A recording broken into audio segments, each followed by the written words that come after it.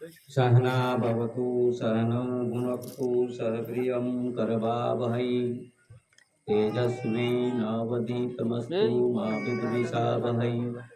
गुरुर्ब्रह्मा गुरुर्विष्णु गुरुर्देवो महेश्वरः गुरु साक्षात् परब्रह्म तस्मै श्री गुरवे नमः।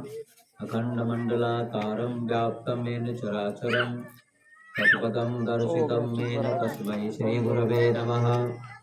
वरहापीठं नटवर्वपुः कर्णयोः कर्णिकारं बिभ्रद्वासः कनककपिशं वैजयन्तीं च मालां रन्ध्रानवेणुर्रधरसुधया पूरयन् गोपवृन्दैर्वृन्दारण्यं स्वपदरमणं प्राविशद्गीतकीर्तिः वंशी विभूषितकरा नवनीरदाभात् पीताम्बरा गरुडगोपलादरोष्ठात् पूर्णेन्दु सुंदर मुखादरविंद नेत्रात् कृष्णात् परं किमपि तत्त्वमहं न जाने।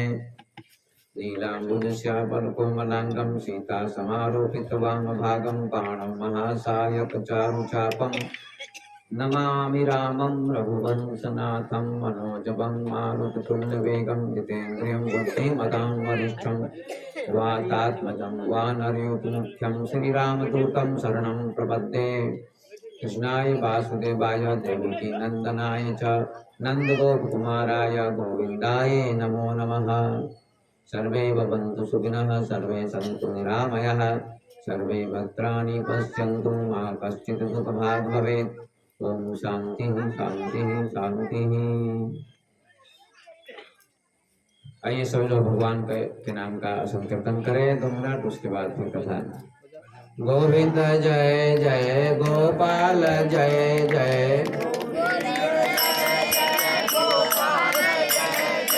गोविंद जय जय गोपाल जय जय गोविंद जय जय गोपाल जय जय राधा रमण हरि गोविंद जय जय राधा रमण हरि गोविंद जय जय राधा रमण हरि गोविंद जय जय राधा रमण हरि गोविंद जय जय गोविंद जय जय गोपाल जय जय गोविंद जय जय गोपाल जय जय गोविंद जय जय गोपाल जय जय गोविंद जय जय गोपाल जय जय राधा रमण हरि गोविंद जय जय राधा रमण हरि गोविंद जय जय गोविंद बोलो हरि गोपाल बोलो गोविंद बोलो हरि गोपाल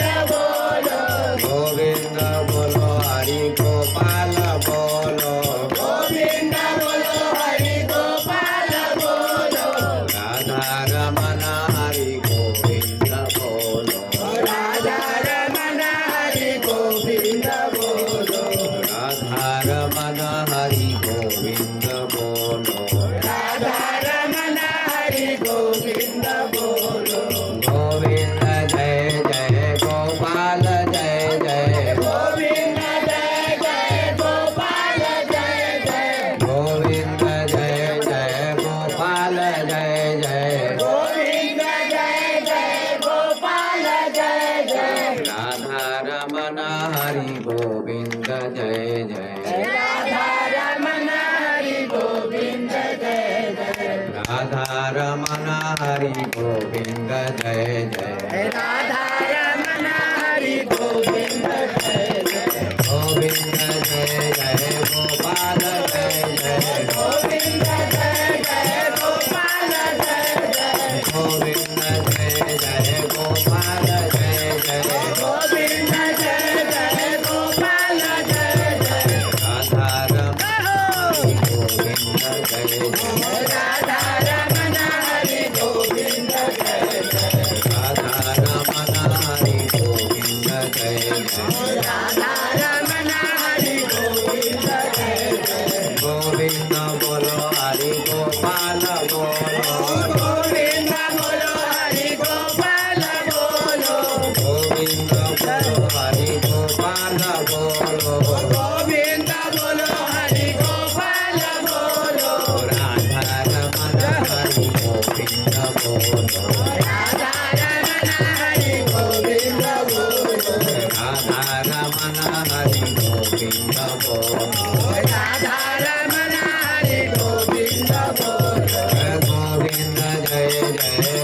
गोपाल जय जय गोविंद जय जय गोपाल जय जय गोविंद जय जय गोपाल जय जय गोविंद जय जय गोपाल जय जय राधा रमण हरि गोविंद जय जय राधा रमण हरि गोविंद जय जय राधा रमण हरि गोविंद जय जय राधा रमण हरि गोविंद जय जय बोले कृष्णचंद्र भगवान की जय सच्चिदानंद भगवान की जय सद्गुरुदेव भगवान की जय भक्त भगवान की जय श्री हनुमान जी महाराज की जय रामचंद्र भगवान की जय नगर बस्ती की जय कथा कराने वाले की जय जय श्री राधे। उपस्थित भगवत प्रेमी सज्जनों, धर्मानुरागी बंधुओं, भक्ति स्वरूपा माता बहनों एवं बच्चों, आप सभी 4 दिनों से कथा का रसपान कर रहे हैं।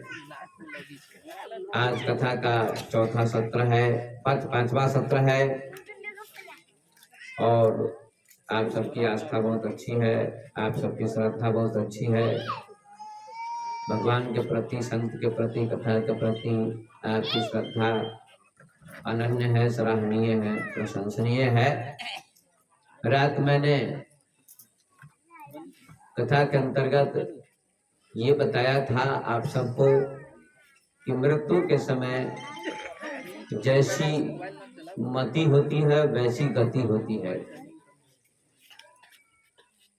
मृत्यु के समय में आदमी को भगवान का चिंतन करना चाहिए, भगवान का स्मरण करना चाहिए, तो उसको भगवान का धाम मिलता है, परमात्मा की प्राप्ति होती है। लेकिन इसके लिए पहले से ही चिंतन करना होगा, शुरू से ही चिंतन करना होगा, बचपन से ही, जवानी से ही भगवान का चिंतन करना होगा, भजन करना होगा, सत्संग करना होगा, कथा सुननी होगी, तभी अंत में भगवान का नाम आपको याद आएगा, भगवान का स्मरण होगा, अन्यथा नहीं होगा। आज आइए मैं ये बताना चाहता हूँ कि बचपन से ही व्यक्ति को भक्ति करनी चाहिए। जवानी का भरोसा नहीं करना चाहिए, बुढ़ापे का भरोसा नहीं करना चाहिए, क्योंकि जीवन क्षणभंगुर है, जीवन शाश्वत नहीं है, टिकाऊ नहीं है। लोग मानते हैं 70, 80, 90 साल तक जीना है, फिर कभी भक्ति कर लेंगे, सत्संग कर लेंगे, कथा सुन लेंगे। ये आपका भ्रम है। कोई नहीं जानता है कि कब कौन चला जाएगा, कोई नहीं जानता।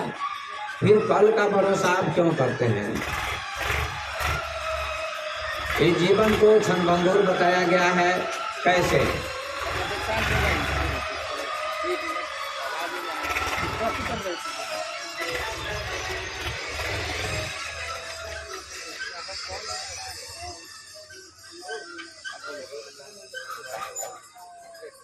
दिन बीत जाता है, रात बीत जाती है, और जितने दिन व्यतीत होंगे, जितनी रात व्यतीत होगी, उतनी आयु आपकी कम होती जाएगी। ये श्वास गिन गिन के आपको मिली है, इसलिए कल का भरोसा मत कीजिए। पानी केरा बुदबुदा असमानुष की जात, देखत ही छुप जाएगा ज्यों तारा पर भात। हमारा आपका जीवन कैसा है? पानी के बुलबुले जैसा। पानी का बुलबुला बनता है, वर्षा होती है, आप सभी देखते हैं। बच्चे को शांत कर दीजिए, हल्ला करेगा ना, कथा नहीं सुनने देगा, शांत कर बैठाइए। पानी के बुलबुले जैसा जीवन है। वर्षा होती है, पानी के बुलबुले बनते हैं, छोटे बनते हैं, बड़े बनते हैं, लेकिन एक क्षण में फूट जाते हैं, समय नहीं लगता। बुलबुले का जीवन बहुत थोड़ा होता है, बहुत थोड़ा होता है, एक क्षण में फूट जाता है। ऐसा ही हमारा आपका जीवन है, बुलबुले जैसा। कभी भी फूट सकता है, कभी भी मिट सकता है। तो मिटने से पहले, फूटने से पहले, मृत्यु से पहले भगवान को क्यों न जान लिया जाए? और भगवान को जान लेंगे तो आप धन्य हो जाएंगे, आपका जीवन सफल हो जाएगा, फिर आपको पछताना नहीं पड़ेगा। अब पछताए क्या हो जब चिड़िया चुग गई। कभी कभी आदमी ट्रेन पकड़ने जाता है, यात्रा करता है तो स्टेशन पर जाता है तो ट्रेन छूट जाती है, लेकिन लोग क्या कहते हैं, ट्रेन छूट गई। ये बात गलत है, ट्रेन नहीं छूटती है, आप छूट जाते हैं। ट्रेन तो चली गई समय पर, गाड़ी चली गई, आप छूट जाते हैं। लेकिन लोगों की भाषा उल्टी है कि गाड़ी छूट गई, ट्रेन छूट गई, ये गलत बात है। आप छूट गए, पछताना तो आपको ना पड़ता है, ट्रेन को थोड़ी पछताना पड़ता है। इसीलिए किसी ने कहा कि जीवन गुजर गया तो जीने का ढंग आया।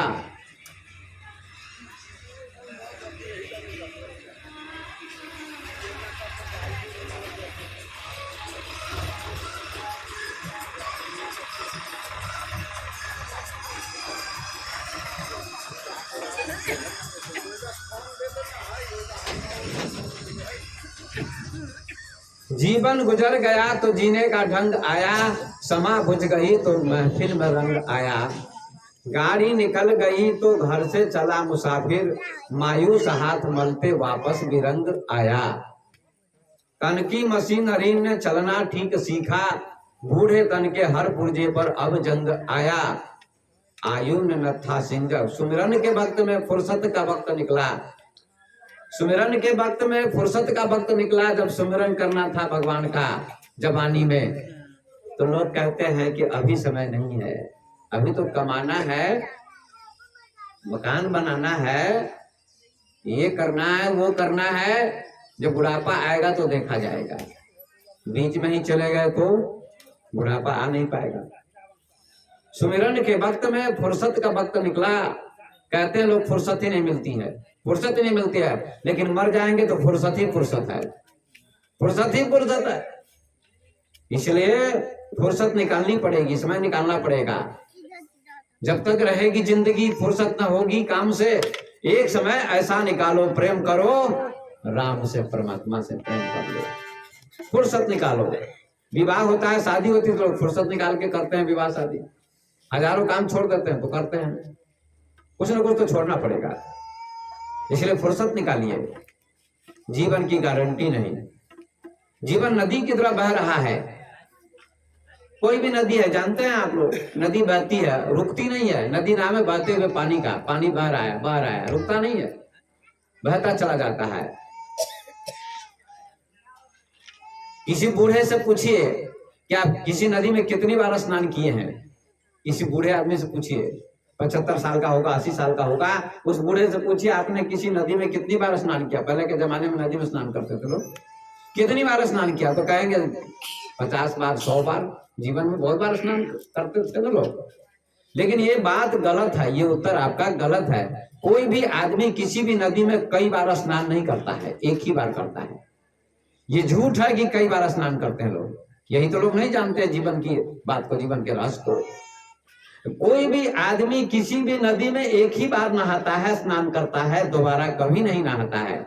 यूनान का हेराक्लाइटस नाम का वैज्ञानिक दार्शनिक हुआ, फिलोसफर, उसने कहा है you can not step twice in the same river. तुम किसी भी नदी में दोबारा स्नान नहीं कर सकते हो। जब नदी में आप स्नान करने जाते हैं तो आप अपना पहला कदम रखते हैं तो पानी बह जाता है, क्योंकि पानी बह रहा है। फिर दोबारा कदम रखिएगा पैर तो वो भी पानी बह जाएगा, फिर डुबकी लगाइएगा तो भी पानी बह जाएगा, दोबारा डुबकी लगाइएगा तो भी पानी बह जाएगा, तिबारा लगाएगा तो भी पानी बह जाएगा। पानी बह रहा है, बह रहा है, बह रहा है, बह रहा है, बहता है। ऐसे जीवन बह रहा है हमारा, आपका बह रहा है। जब बचपन आया, जवानी आई, बुढ़ापा आया, बह ही तो रहा है, बह रहा है। टिका हुआ कहाँ है, स्थिर कहाँ है? जीवन बह रहा है पानी की तरह। यह जीवन क्या है? निर्जर है, मस्ती ही इसका पानी है, सुख दुख के दोनों तीरों से चल रहा मनमानी है। हम पढ़ते थे स्कूल में ना, तो शिक्षक पढ़ाते थे, किसी कवि ने लिखा जीवन क्या है? निर्जर है, झरना है, पहाड़ में झरना होता है, झरना बहता रहता है, रुकता नहीं है झरना। उसके दो तट होते हैं, दो किनारे, नदी के भी दो किनारे होते हैं। जीवन क्या है? निर्जर है, मस्ती ही इसका पानी है, सुख दुख के दोनों तीरों से चल रहा मनमानी है। जीवन में दो तट हैं, नदी के दो तट, दो किनारे होते हैं, एक किनारे से नदी नहीं होगी। ऐसे जीवन रूपी नदी है और ये जीवन बह रहा है, जिंदगी बह रही है, जा रही है, पल पल बीत रही है, मौत आ रही है, जीवन समाप्त होता जा रहा है। ये जीवन क्या है? निर्झर है, मस्ती ही इसका पानी है। मस्ती, प्रसन्न रहो, आनंदित रहो, भजन करो, ध्रुव की तरह, प्रहलाद की तरह, कबीर नानक की तरह, बुद्ध महावीर की तरह प्रसन्न रहो, मीरा सबरी की तरह प्रसन्न रहो, भजन करते रहो। सुख दुख के दोनों तीरों से चल रहा मनमानी है। सुख और दो तीर हैं, दो तट हैं, सुख और दुख। कभी सुख आता है, कभी दुख आता है, दोनों का स्वागत कीजिए। लोग सुख का स्वागत करते हैं, दुख का स्वागत नहीं करते। अगर दुख ना होगा तो सुख का आनंद आएगा कैसे? नहीं आएगा। अगर रात ना हो तो दिन को कौन पूछेगा? रात नहीं होगी तो दिन का नामे नहीं होगा। रात है तभी ना दिन का महत्व है। अगर रात ना हो तो कैसे दिन कहिएगा? कोई उपाय है दिन कहने का? अगर मृत्यु ना हो तो धर्म कहने का कोई उपाय नहीं है। अगर प्रकाश, अंधकार ना हो तो प्रकाश कैसे कहा जाएगा? अंधकार है तभी ना प्रकाश है। ऐसे धर्म क्या है? प्रकाश है। और जो धर्म की शरण में आ जाता है, भक्ति की शरण में आ जाता है, उसके जीवन में सुख ही सुख है, आनंद ही आनंद है। इसलिए बचपन से ही भक्ति करिए, बुढ़ापे का भरोसा मत करिए, बुढ़ापे का भरोसा मत करिए।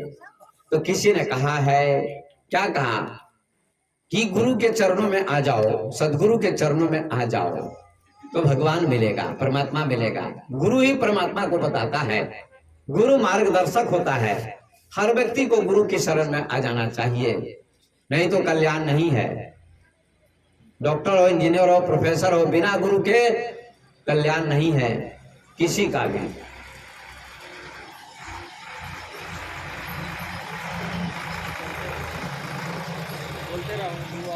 बिना गुरु के कल्याण नहीं। तो किसी ने गाया है, गुरु के चरण में तेरा जब मन होगा, गुरु के चरण में तेरा जब मन होगा, तब ही सफल तेरा जीवन होगा, तब ही सफल तेरा जीवन होगा। गुरु के चरण में तेरा जब मन होगा, तब ही सफल तेरा जीवन होगा। गुरु के चरण में तेरा जब मन होगा, तब ही सफल तेरा जीवन होगा। बचपन बीता खेल में, जवानी में तू फूला, बचपन बीता खेल में, जवानी में तू भूला। बचपन बीता खेल में, जवानी में तू फूला, बचपन बीता खेल में, जवानी में तू भूला। माया के गुलाम बन के प्रभु को तू भूला, माया के गुलाम बन के प्रभु को तू भूला। आएगा बूढ़ापा तो भजन न होगा, आएगा बुढ़ापा से भजन न होगा। कैसे सफल तेरा जीवन होगा।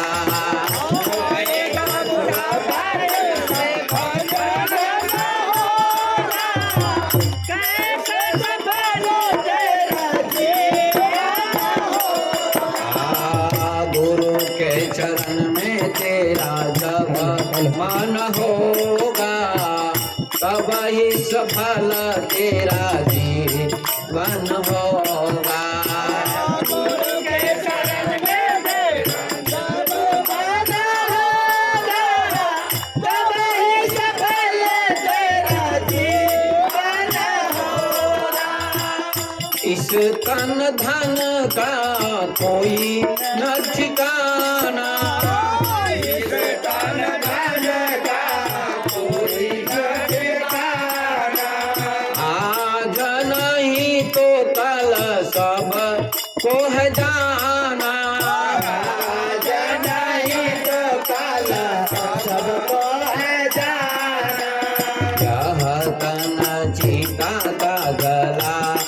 जीवन होगा, यह तन सीता का जला पाना होगा, कैसे सफल तेरा जीवन होगा।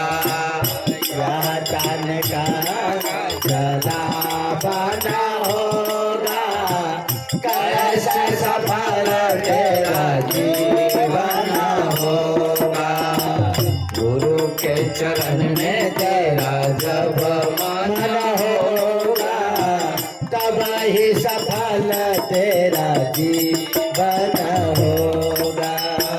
प्रेम से पुकार के तुम गुरु को रिझालो, प्रेम से पुकार के तू गुरु को रिझा दे, प्रेम से पुकार के तुम गुरु को रिझालो। प्रेम से पुकार के तू गुरु को रिझा दे। गुरु जी का रूप अपने हृदय में बसा लो, गुरु जी का रूप अपने हृदय में बसा दे। लगन बिना नहीं दर्शन होगा, लगन बिना नहीं दर्शन होगा, कैसे सफल तेरा जीवन होगा। बिना तेरे दर्शन होगा, कैसे सफल तेरा जीवन होगा। गुरु के चरण में तेरा जब मन होगा, कैसे सफल कब ही सफल तेरा जीवन होगा। गुरु के चरण में तेरा जब मन होगा, तब ही सफल तेरा जीवन होगा। बोलिए सदगुरुदेव भगवान की जय हो। प्रेम से जयकारा बोलिए। अभी तो शुरुआत है, शुरुआत में सुस्ती आ रही है। कंजूसी मत कीजिए, लड़ाई में लोग कंजूसी नहीं करते हैं, और दान में पुण्य में कंजूसी करते हैं भगवान के नाम में। ये तो ठीक बात नहीं ना। मुंह फुला के मत बोलिए, हंसते हुए बोलिए। फूल खिल जाता है, कितना अच्छा लगता है, तो प्रेम से बोलिए ना। हंसता है ना आदमी, प्रसन्न होता है, तो क्रोध नहीं आता है। बोले वृंदावन बिहारी लाल की जय हो। श्री हनुमान जी महाराज की, शंकर भगवान की जय। जय श्री राम जी। प्रेम से जयकारा लगाया कीजिए, आनंद में मस्ती में गाइए, सुनिए। तो गुरु के चरण में तेरा जब मन होगा, तभी सफल तेरा जीवन होगा। बचपन बीता खेल में, जवानी में तू फूला। बचपन खेल में बीत जाता है, जवानी में अहंकार होता है, घमंड होता है। जवान आदमी देखते हैं मोटरसाइकिल में चलता है, कैसे चलता है, इतने रफ्तार में चलाता मोटरसाइकिल को कि लगता है मेरे जैसा दुनिया में कोई है ही नहीं। और कहीं एक्सीडेंट हुआ तो राम नाम सब। हमको भी एक आदमी मोटरसाइकिल में ले जा रहा था, रजबाड़ा में एक लड़का सीतामढ़ी चला रहा था, बड़ी तेजी में हाँक रहा था, चला रहा था तूफान में। मैंने कहा धीरे धीरे चलाओ भाई, मैं कहीं एक्सीडेंट हो जाएगा, कुछ ठोकर लग जाएगी तब क्या होगा, हम भी जाएंगे तुम भी जाओगे। कहा बाबा आप चिंता मत कीजिए, आप चलते रहिए। तो एक नदी आई, मुसरनिया के पास गहरी नदी है, बांस का वो बना हुआ था, हाँ पुराने जमाने में बनता था, अब पुल बन गया है। तो हमने कहा भाई, उसको भी बड़ी तेजी से ला रहा था। मैंने कहा भैया मुझे उतार दो, मुझे डर लगता है कहीं गिरा दोगे तब। तो कहा नहीं नहीं बाबा चलते रहिए, कुछ नहीं होगा आपको। मैंने कहा नहीं नहीं मुझे उतार दो। हमको आभास हो गया कि कुछ ना कुछ होगा, तो हमने कहा उतारो उतारो उतारो उतारो। तो मैं उतर गया, कहा ठीक है बाबा उतर जाइए। और इतनी तेजी में चलाया कि आगे चल के ऐसा झटका लगा उसको कि मोटरसाइकिल गिरा अलग और वो गिरा अलग, 4 हाथ की दूरी पर। लेकिन वहां बालू था तो कुछ नहीं हुआ उसको, है ना। हमको बैठाया था ना बेचारा, इसलिए कुछ नहीं हुआ उसको। हाँ संत को बैठाया था इसलिए कुछ नहीं हुआ, उसकी रक्षा हो गई। उसने कहा बाबा आप सही कहते थे, आप रहते तो आपको भी चोट लग जाती। अच्छा क्यों उतर गए बाबा, आप अंतर्यामी है क्या? मैंने कहा नहीं। तो ऐसा कभी कभी हो जाता है, धीरे धीरे चलाना चाहिए, इतने स्पीड में नहीं चलाना चाहिए। बड़ी तेजी में दुनिया जा रही है, खाने पीने की फुर्सत नहीं है, रोजी रोटी के चक्कर में सारे सर हिलाने के काबिल नहीं है। देखो ये कार मोटरसाइकिल वाले कैसे जा रहे हैं, जल्दी जल्दी में टकरा गए हैं, उनको उठाने की फुर्सत नहीं है। इन चाय वालों का नाटक भी देखो, भोर होते ही भट्टी जलाते, भीड़ इतनी जमा हो गई है कि शौच जाने की फुर्सत नहीं है।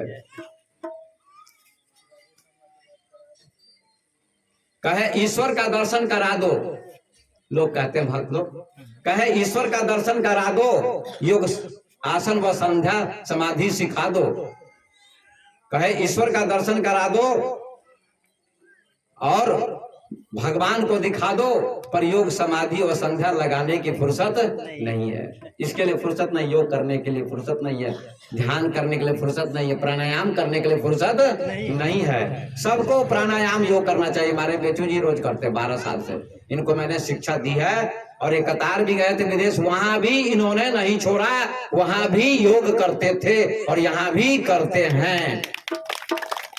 बहुत बहुत धन्यवाद के पात्र है। और इनके लड़के का विवाह लग गया है और विवाह में कोई मांग नहीं की है, कोई मांग नहीं, कोई दहेज नहीं, फ्री में विवाह करने जा रहे हैं अपने बेटे का, फ्री में। धन्यवाद के पात्र, आदर्श विवाह। ऐसे ऐसे पिता होने चाहिए। बेटी वाले को कितना दुख होता है, मांग पर मांग बेटा वाला करता है, ये दे दो वो दे दो, अभी नहीं हुआ। और गाना में सुनते ही रहते हैं आप लोग, क्या क्या गाता रहता है हाँ, बेटी वाले की तरफ से, लेकिन बेटे वाले का पेट नहीं भरता है।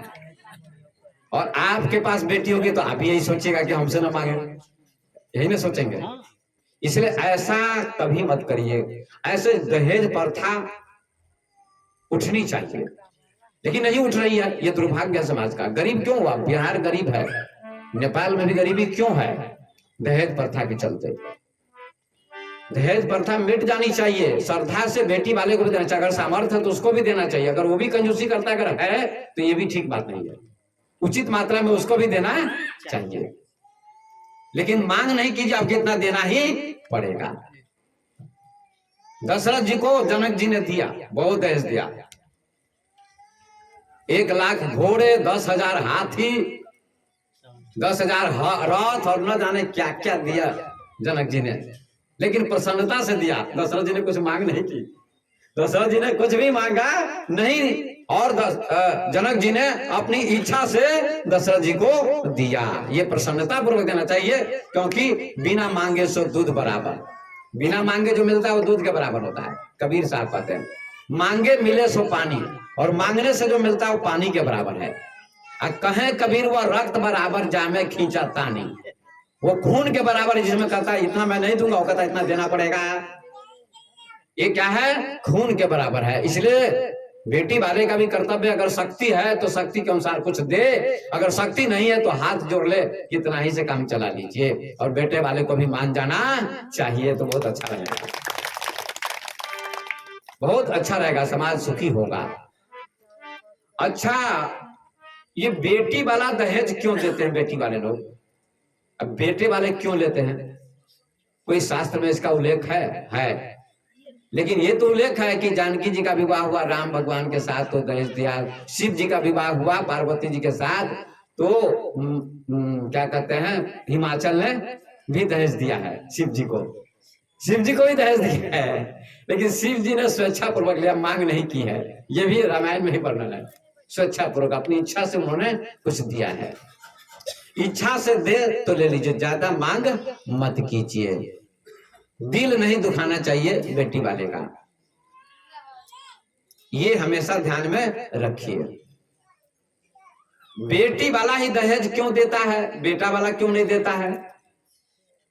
ये परंपरा है, बेटा वाला क्यों नहीं देगा बेटी वाले को? बेटा वाला ऊंचा कहलाता है, अब बेटी वाला नीचा कहलाता है। कितनी गलत बात है।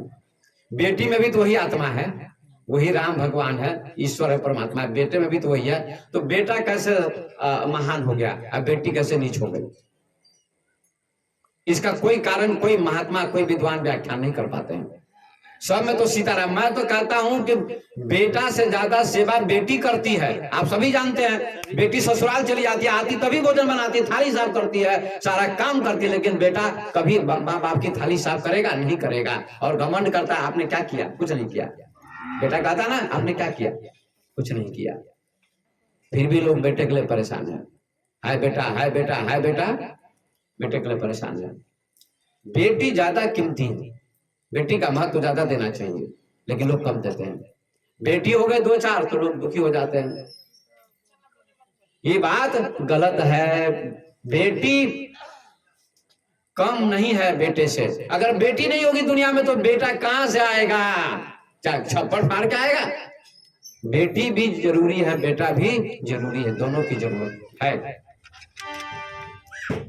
मैं तो कहता हूं कि दोनों का बराबर स्थान है, लेकिन ये परंपरा है, पितृसत्तात्मक ये प्रथा है। कोई किसी से पूछता है तुम्हारे बाप का नाम क्या है, तो बाप का नाम बताता है, लेकिन माँ का नाम कोई नहीं पूछता है। ये पितृसत्तात्मक राज्य चल रहा, व्यवस्था चल रही बहुत दिनों से, इसलिए नारी को कम स्थान दिया गया। लेकिन नारी का कम स्थान नहीं है।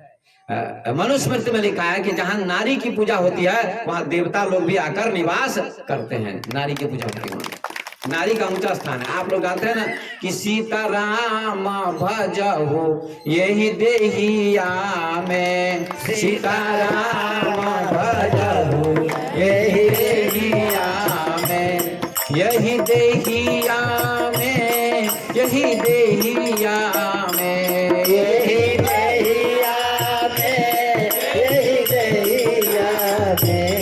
सीताराम यही देहिया में। गाइए सीताराम भजहु यही देहिया में, यही देहिया में, सुंदर देहिया में, यही देहिया में, सुंदर देहिया में, सीताराम भजहु यही देहिया में, सीताराम भजहु यही देहिया में। कहीं भूल न जइयो यही बजरिया में, कहीं भूल न जइयो यही बजरिया में, सीताराम भजहु यही देहिया में, सीताराम भजहु यही देहिया में। इस शरीर में भगवान का नाम लो, लेकिन पहले क्या बोलते हैं?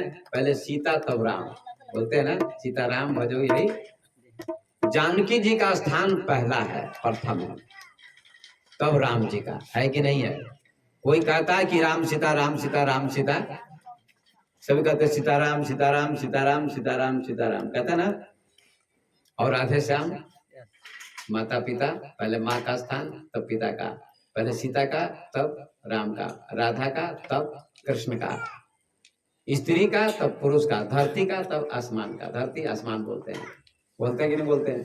इसलिए माँ का स्थान बहुत ऊंचा है, स्त्री का स्थान ऊंचा है। क्यों ऊंचा है? इसलिए कि माँ गर्भ में बच्चे को रखती 9 महीने तक। एक स्वामी विवेकानंद हुए, उनसे किसी ने पूछा कि माँ का स्थान ऊंचा क्यों है? शास्त्र में भी लिखा है, रामायण में भी ये बात लिखी हुई है कि पहले माँ को प्रणाम करो। प्रातः काल उठ के रघुनाथा, मात पिता गुरु ना वही माथा। पहले माँ को प्रणाम करते थे राम जी, फिर पिताजी को प्रणाम करते थे, फिर गुरु जी को प्रणाम करते थे। पहले माँ का स्थान आता है शास्त्र में।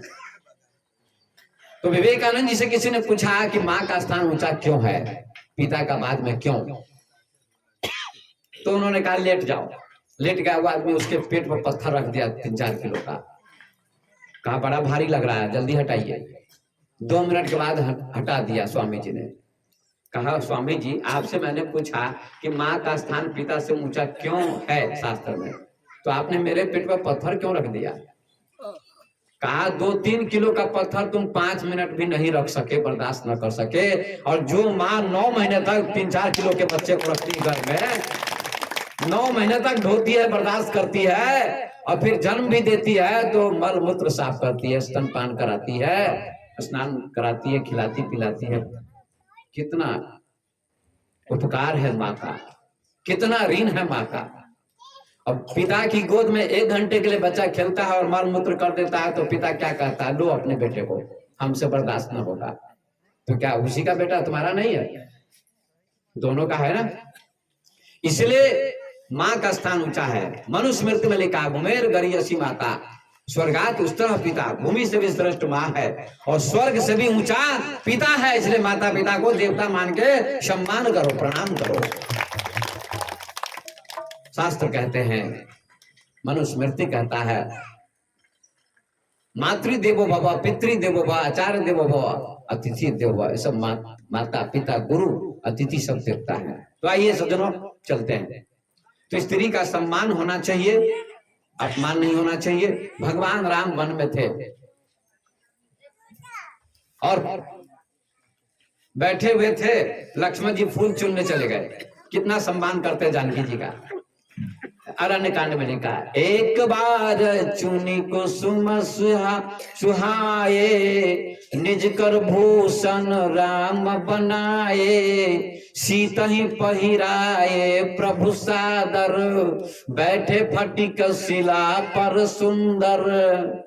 एक बार चुनी कुसुम सुहाए। नारी का कितना सम्मान करते पत्नी का। पति सोचता है मैं बड़ा हूं, पत्नी नीच है। नहीं, पति और पत्नी दोनों पैर के समान है, 2 पैर के समान, दोनों पैर समान है। नारी में भी वही आत्मा है और पुरुष में भी वही आत्मा है, पति में भी वही आत्मा है, पत्नी में भी वही आत्मा। आत्मा आत्मा में कोई फर्क नहीं। इसी बात की व्याख्या तो संत महात्मा नहीं कर पाते हैं, गलत व्याख्या करते हैं। पति शराबी है, जुआरी है, बेईमान, बदमाश, गुंडा, आवारा है, फिर भी कहता है पति परमेश्वर, उसकी आरती उतारो। और पत्नी कितनी साध्वी है, सती साध्वी, वो शराब भी क्या था, 2-4 गाली जमा दे देता है, 2-4 मुक्का जमा देता है, फिर भी पत्नी कुछ नहीं है और पति सब कुछ है। ये कहाँ का नियम है? पति देवता है तो पत्नी भी देवी है, पति भगवान है तो पत्नी भी भगवती है। इस पर जोर से मारो ताली। अब कंजूसी करते हैं, पुरुष लोगों को अड़चन होती होगी कि हमारा स्थान कहीं नीचा ना हो जाए। मैं किसी का स्थान नीचा नहीं करना चाहता हूं। पुरुष अगर अच्छा है भगवान राम की तरह तो उनका सम्मान करो, शंकर भगवान की तरह तो सम्मान करो, कृष्ण भगवान की तरह तो सम्मान करो पति का, लेकिन पत्नी का भी सम्मान कीजिए। वो भी तो देवी है ना। शास्त्र में उसको देवी कहा गया है। देवी नाम लिखते हैं इधर बिहार में, नेपाल में क्या कहते हैं, फना देवी, देवी कहते हैं ना, देवी कहते हैं, वो देवी है। फिर देवी देवता, पति देवता तो पत्नी देवी, देवी देवता मिल गए, कितना आनंद आएगा। पति भी पत्नी को देवी माने और पत्नी भी पति को देवता माने तो कितना आनंद आएगा। कभी विवाद होगा न होगा। रात 1 लड्डू के लिए कितना झगड़ा हुआ, 1 लड्डू के लिए कितना झगड़ा हुआ। आपने कहानी सुनी? आज भी एक कहानी सुना देता हूँ, पति पत्नी की कहानी। एक पति पत्नी थे, दूसरी कहानी है। तो पति चला जाता था काम पर, अब पत्नी धनी मनी था वो, और पत्नी बहुत बेईमान थी, 420। तो क्या करती थी, पकवान बनाती थी, हलवा, खीर, कचौरी, सब्जी, और बना बना के स्वयं खाती थी। और पति को सब्जी रोटी देके भेज देती थी, अपने पकवान बना बना के खाती थी। ये तो बहुत गलत करती थी ना, कपट करती थी। पति को भी वही देना चाहिए ना, पहले पति को खिला देना चाहिए, फिर उसके बाद खाना चाहिए। तो क्या हुआ, सब दिन वो पति को सब्जी रोटी या दाल चावल सब्जी भोजन करा के भेज देती थी। बेचारा सीधा था, सरल था तो विद्वान पढ़ा लिखा था, लेकिन सरल था। उसकी पत्नी की चालाकी कोई पड़ोसी महिला देख रही थी, रोज देखती थी खाते हुए। हर दिन वो पकवान बना के खाती थी, पुआ, खीर, कचौरी, सब्जी आदि आदि बना के खाती थी। और क्या खाती थी, संत महात्मा मठ में पुजारी लोग भगवान का भोग लगाते हैं कि आओ जी भोग लगाओ मेरे मोहन, सबरी के बेर सुदामा के तंडुल, रुचि रुचि भोग लगाओ मेरे मोहन। तो दिम वस्तु गोविंद तुम में बस समर्पय, तुम्हारी दी हुई वस्तु को तुम्ही को समर्पित करता हूँ। ऐसा भोग लगाते हैं। और सभी को भोग लगाने चाहिए। हम लोग मंदिर में तो भोग नहीं लगाते हैं, हम लोग यही भोग लगाते हैं। ज्ञानी को मंदिर में भोग लगाने की जरूरत नहीं पड़ती है। ज्ञानी कब भोग लगाते हैं? जब भोजन करते हैं तो ये सोचते हैं कि कोई भूखा न रहे, सुखिया रहे संसार सब, दुखिया रहे न कोई। हमारी यही प्रार्थना है, आशा है भगवान से। जब भोजन करते हैं तो ये बोलते हैं, सुखिया रहे संसार सब, दुखिया रहे न कोई। यही आशा हम सब की, प्रभु जी पूरन होए। सभी को भोजन मिले, सबको पानी मिले, सबको वस्त्र मिले, सभी सुखी रहें, ये प्रार्थना करते हैं हम लोग भोजन के समय में। ये तो सबसे बड़ी प्रार्थना है। इसलिए भगवान का भोग लगाइए, वो भी सही है। लेकिन ज्ञानी लोगों को सारा जगत में परमात्मा दिखाई पड़ता है। अज्ञानी के लिए केवल मंदिर में भगवान है, ज्ञानी के लिए सब जगह भगवान है। ज्ञानी के लिए सब में भगवान है। कहिएगा कहाँ लिखा है? मैं कबीरपंथी नहीं हूं, न रामानंदी हूं, मैं ऑलराउंडर हूं, सबका सम्मान करता हूं, आदर करता हूं। गोस्वामी जी रामायण में कहते हैं, सिये राम माया सब जग जानी, सिये राम माया सब जग जानी, करो प्रणाम जोड़ी जुग पानी, करो प्रणाम जोड़ी जुग पानी। सिये राम मैं सब जग जानी, सारे जगत में सीताराम है। कितना सुंदर कहते हैं, सारे जगत में सीताराम है। क्या ऐसी दृष्टि आपकी है? नहीं है। आप दुश्मनी करते हैं किसी से, इसका मतलब सीताराम से ही आपकी दुश्मनी है।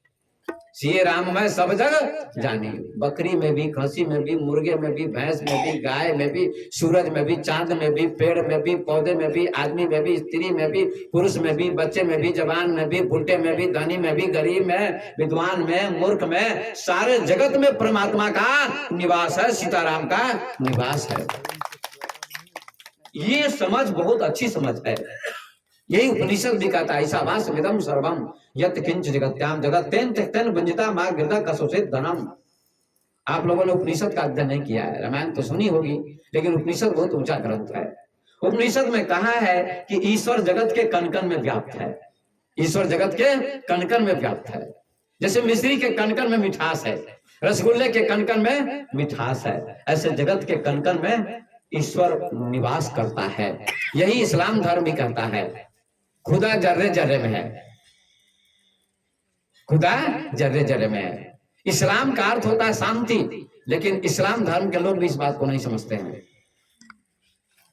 और बोली में क्रांति है, लगता है माइक को फाड़ देंगे।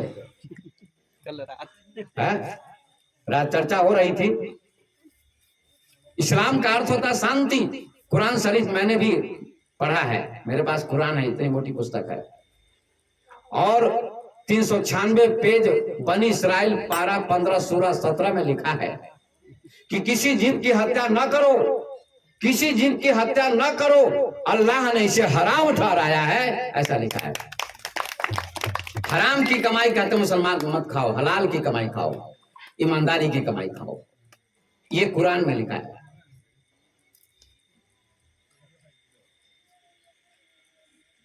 और बाइबल में भी लिखा है हत्या मत करो, दाउ शाल नॉट किल, किसी की हत्या मत करो। लेकिन ईसाई लोग क्या करते हैं, सुअर भी खाते हैं, गाय भी खाते हैं, कितना बड़ा अधर्म है। और कहते हैं ईसा मसीह को मानते हैं। ईसा मसीह तो प्रेम का अवतार थे, वो कहते थे प्रेम करो, लव इज गॉड, सभी में परमात्मा है, प्रेम सभी से करो, दुश्मन से भी प्रेम करो, पड़ोसी से भी प्रेम करो। जब सब में सबसे प्रेम करेंगे तो फिर मांस कैसे काट काट के खाएगा सुअर का और गाय का, ये कितना बड़ा पाप है। हिंदू लोग गाय को माता मानते हैं, गाय को विश्वस्त माता है, गाय विश्व की माता है। तो सब में राम है, सिये राम में सब जग जानी, करो प्रणाम जोड़ी जुग पानी। लेकिन हमारे बेचू जी हमसे कह रहे थे कि अब नेपाल में कुछ पानी लोग कम मिलाते हैं। हाँ, ये और हम जो दूध मिलता है, इनके यहाँ भी मैं रहता था, प्योर दूध मिलता था, सोकर दूध। और अभी भी जो वहाँ इनके यहाँ से जाता है, विनोद जी के यहाँ भी दूध अच्छा रहता है। उसमें मिलावट नहीं रहती, लगता है मिक्स नहीं रहता है। लेकिन अभी बिहार में यहाँ भी कुछ लोग मिलाते हैं अभी भी। ये दूध में पानी मिलाना बहुत बड़ी बीमारी है। क्यों मिला रहे हैं? पैसे के लिए मिला रहे हैं। 1 लीटर दूध में 2 लीटर पानी या आधा लीटर पानी, सीए राम में सब जग जानी, और 1 लीटर दूध में आधा लीटर पानी। गोस्वामी जी ने लिखा है कि सीए राम मैं सब जग जानी, करो प्रणाम जोरी जुग पानी। कितनी अच्छी बात है, ये वेद का निष्कर्ष निचोड़ है कि सीताराम सभी में है, सबको हाथ जोड़ के मैं प्रणाम करता हूँ। ये कितनी अच्छी चौपाई है, कितनी अच्छी समझ है। ये समझ आ जाए तो कौन व्यक्ति दूध में पानी मिलाएगा? जिसको आप पानी मिला के दे रहे हैं, दूध में पानी मिलाया, उसमें भी तो सीताराम है। इसका मतलब सीताराम को ठग रहे हैं, ये भगवान को ठग रहे हैं आप। सब में तो भगवान है। कबीर साहब कहते हैं, कबीर जी कि कबीरा आप ठगाइए और न ठगिए कोई, आप ठगे सुख होत है और ठगे दुख होए। किसी को ठगने का प्रयास मत करो, अपने ठगा जाओ तो ठगा जाओ, दूसरों को ठगने की कोशिश मत करो। तो मैं कहानी कर रहा था कि पत्नी जो है रोज पकवान खाती थी बना बना के। पड़ोसी महिला ने देखा, कहा ये बड़ी कपट करती है, बड़ा कपट करती है पत्नी पति से। उसका पति आया ड्यूटी से, पति को पड़ोसी महिला कहती है कि आपकी पत्नी रोज पकवान बना बना के खाती है, पीछे में कपट करती है आपसे। पति ने कहा ऐसा तो नहीं हो सकता, मेरी पत्नी सही है। उनको विश्वास नहीं था इस बात का। कहा नहीं नहीं नहीं विश्वास है तो आप एक दिन देख लीजिए परीक्षा करके। तो आज तो चले गए, कल फिर वो आए ड्यूटी से, आज जाने वाले हैं तीसरे दिन। तो भोजन तो कर लिया, पत्नी ने भोजन दिया, दाल चावल सब्जी भोजन किया, और बड़ा मकान था, 10-20 रूम थे, कमरे थे। एक कमरे में छुप गए, और पत्नी को लगा कि चले गए। तो उसने पकवान बनाया, खीर बनाई, कचौड़ी बनाई, पूरी बनाई, सब्जी बनाई, कई आइटम्स बनाए, और सामने में रखा, थाली में पकवान रखा, और क्या कहा, उत्तम पकवान आनंदा, न धर सास न नंदा, घपकाऊं कि न घपकाऊं। उत्तम पकवान आनंदा, ये पकवान उत्तम बना है, घर में न सास है न ननद है, मैं अकेली हूं, तो घपकाऊं कि न घपकाऊं। चोरी करके खाने का नाम घपकाना है। उत्तम पकवान आनंदा, न घर सास न नंदा, घपकाऊं कि न घपकाऊं। तो उसका मन करता घपकाओ ना, तो खाना शुरू कर देती है। तो पति ने कहा ठीक कहती पड़ोसी महिला, ठीक कहती है, चोर है, बेईमान है, कपटी है। निकल जाते हैं पति, एक डंडा पड़ा था खैर का इतना बड़ा, मूसल ले लिया, जाके खड़े हो गए सामने। वो घपका रही है, खा रही है, खा रही है, तो उन्होंने भी खैर का मूसल ले लिया। क्या कहते हैं, सुन रे खैर के मूसर, मूसल नहीं मूसर तुक मिला है, सुन रे खैर के मूसर, घर में बाप न दूसर, मैं भी चलाऊं कि न चलाऊं। तो उनके मन ने कहा चलाइए ना, तो 4 डंडा जमा दीजिए मूसल। तो 4 मूसल जमा दिया पीठ पर। कहा नालायक, ऐसी की तैसी, रोज तो पकवान बना बना के खाती है और हमको बेवकूफ बनाती है। ऐसा करेगी फिर? काम मत मारिए, अब नहीं घपकाऊंगी, गलती हो गई। उत्तम पकवान आनंदा, न घर सास न नंदा, घपकाऊं कि न घपकाऊं, ये दुआ कहां से तुमने बना लिया? बड़ा आश्चर्य होता, अपने मन से दुआ बना लिया, अपने मन से भोग लगा रही है। अब कहती कि अब ऐसा कभी नहीं करूंगी, गलती हो गई। तब सब दिन बढ़िया भोजन बनाती थी, पति को पहले खिलाती थी, फिर बाद में स्वयं खाती थी। इसलिए आप लोग भी घपकाइएगा नहीं। बोले वृंदावन बिहारी लाल की, प्रेम से बोले बोले वृंदावन बिहारी लाल की। तो आइए सज्जनों आगे चलते हैं। आज ध्रुव जी का प्रसंग थोड़ा सुनाता हूँ। राज जड़ भरत जी का प्रसंग आपने सुना, अब ध्रुव जी के प्रसंग में मैं थोड़ा चलता हूँ। आप लोगों ने ध्रुव जी का नाम सुना होगा, बचपन से ध्रुव जी भक्ति करते थे। बड़े ध्यान से सुनिएगा माता बहनों, बातें मत करिए, शांति पूर्वक सुनिए, अच्छी बात है, प्रसन्नता पूर्वक सुनिए, आनंद पूर्वक। कुछ हंसी भी होनी चाहिए, प्रसन्नता आनंद भी होना चाहिए। हंसने से क्या होता है, क्रोध दूर होता है। फूलों से नित हंसना सीखो, भंवरों से नित गाना, तरु की ऊंची डालियों से सीखो झुकना और झुकाना। फूलों से हंसना सीखो, फूल हंसता रहता है हमेशा, मुस्कुराता रहता है, मुस्कुराइए। और जब मुस्कुराइएगा ना तो आपके 32 दांत जो है खिल जाएंगे, 4 मिले 64 खिले, 20 रहे करजोर, और हरिजन से हरिजन मिले तो पुण्य के 7 करोड़। 4 मिले 64 खिले, 4 आंखें मिलती हैं, प्रेम से जो मिलते हैं एक दूसरे से प्रणाम करते, प्रणाम, तो 4 आंखें मिलती है ना। 4 मिले 64 खिले, और 32 दांत हमारे और 32 दांत आपके खिलखिला के हंस पड़ते हैं, है ना। कितना अच्छा लगता है। अब क्रोध की जगह कैसा चेहरा लगेगा, हंसिए तो कितना अच्छा लगता है। 4 मिले 64 खिले, 20 रहे करजोर, 10 अंगुलियां आपकी जुड़ जाती हैं, 10 अंगुलियां हमारी जुड़ जाती हैं, कर हाथ जुड़ जाते हैं दोनों। हरिजन से हरिजन मिले, हरिजन माने भगवान के भक्त, भक्त मिल जाते हैं, कुल के 7 करोड़। 3.5 करोड़ रोम हमारे खिल जाते हैं, 3.5 करोड़ रोम आपके खिल जाते हैं, और आनंद की वर्षा होने लगती है, आनंद आ जाता है। फिर क्रोध समाप्त हो जाएगा, जीवन में प्रेम आनंद की वर्षा होगी। आइए ध्रुव जी का प्रसंग थोड़ा सुनाता हूँ। ध्रुव जी बचपन से ही भक्ति करते थे, 5 वर्ष की उम्र से। उनके पिता का नाम था उतानपाद। उतानपाद की 2 पत्नियां थी, सुनीति और सुरुचि। बड़ी पत्नी का नाम था सुनीति, छोटी पत्नी का नाम था सुरुचि। बड़ी पत्नी के गर्भ से ध्रुव का जन्म हुआ था, और छोटी पत्नी के गर्भ से उत्तम का जन्म हुआ।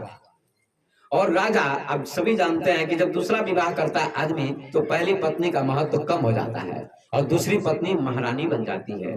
वो जो कहती वही पति करता है, उसका गुलाम बन जाता है। लेकिन पत्नी का गुलाम भी नहीं बनना चाहिए। अगर पत्नी गलती करती है तो उसको डांटिए, फटकारिए। पत्नी को भी सिर पर नाचने मत दीजिए। ये मैं नहीं कहता कि पत्नी को खूब बढ़ा दीजिए, नहीं, ऐसा भी नहीं होना चाहिए।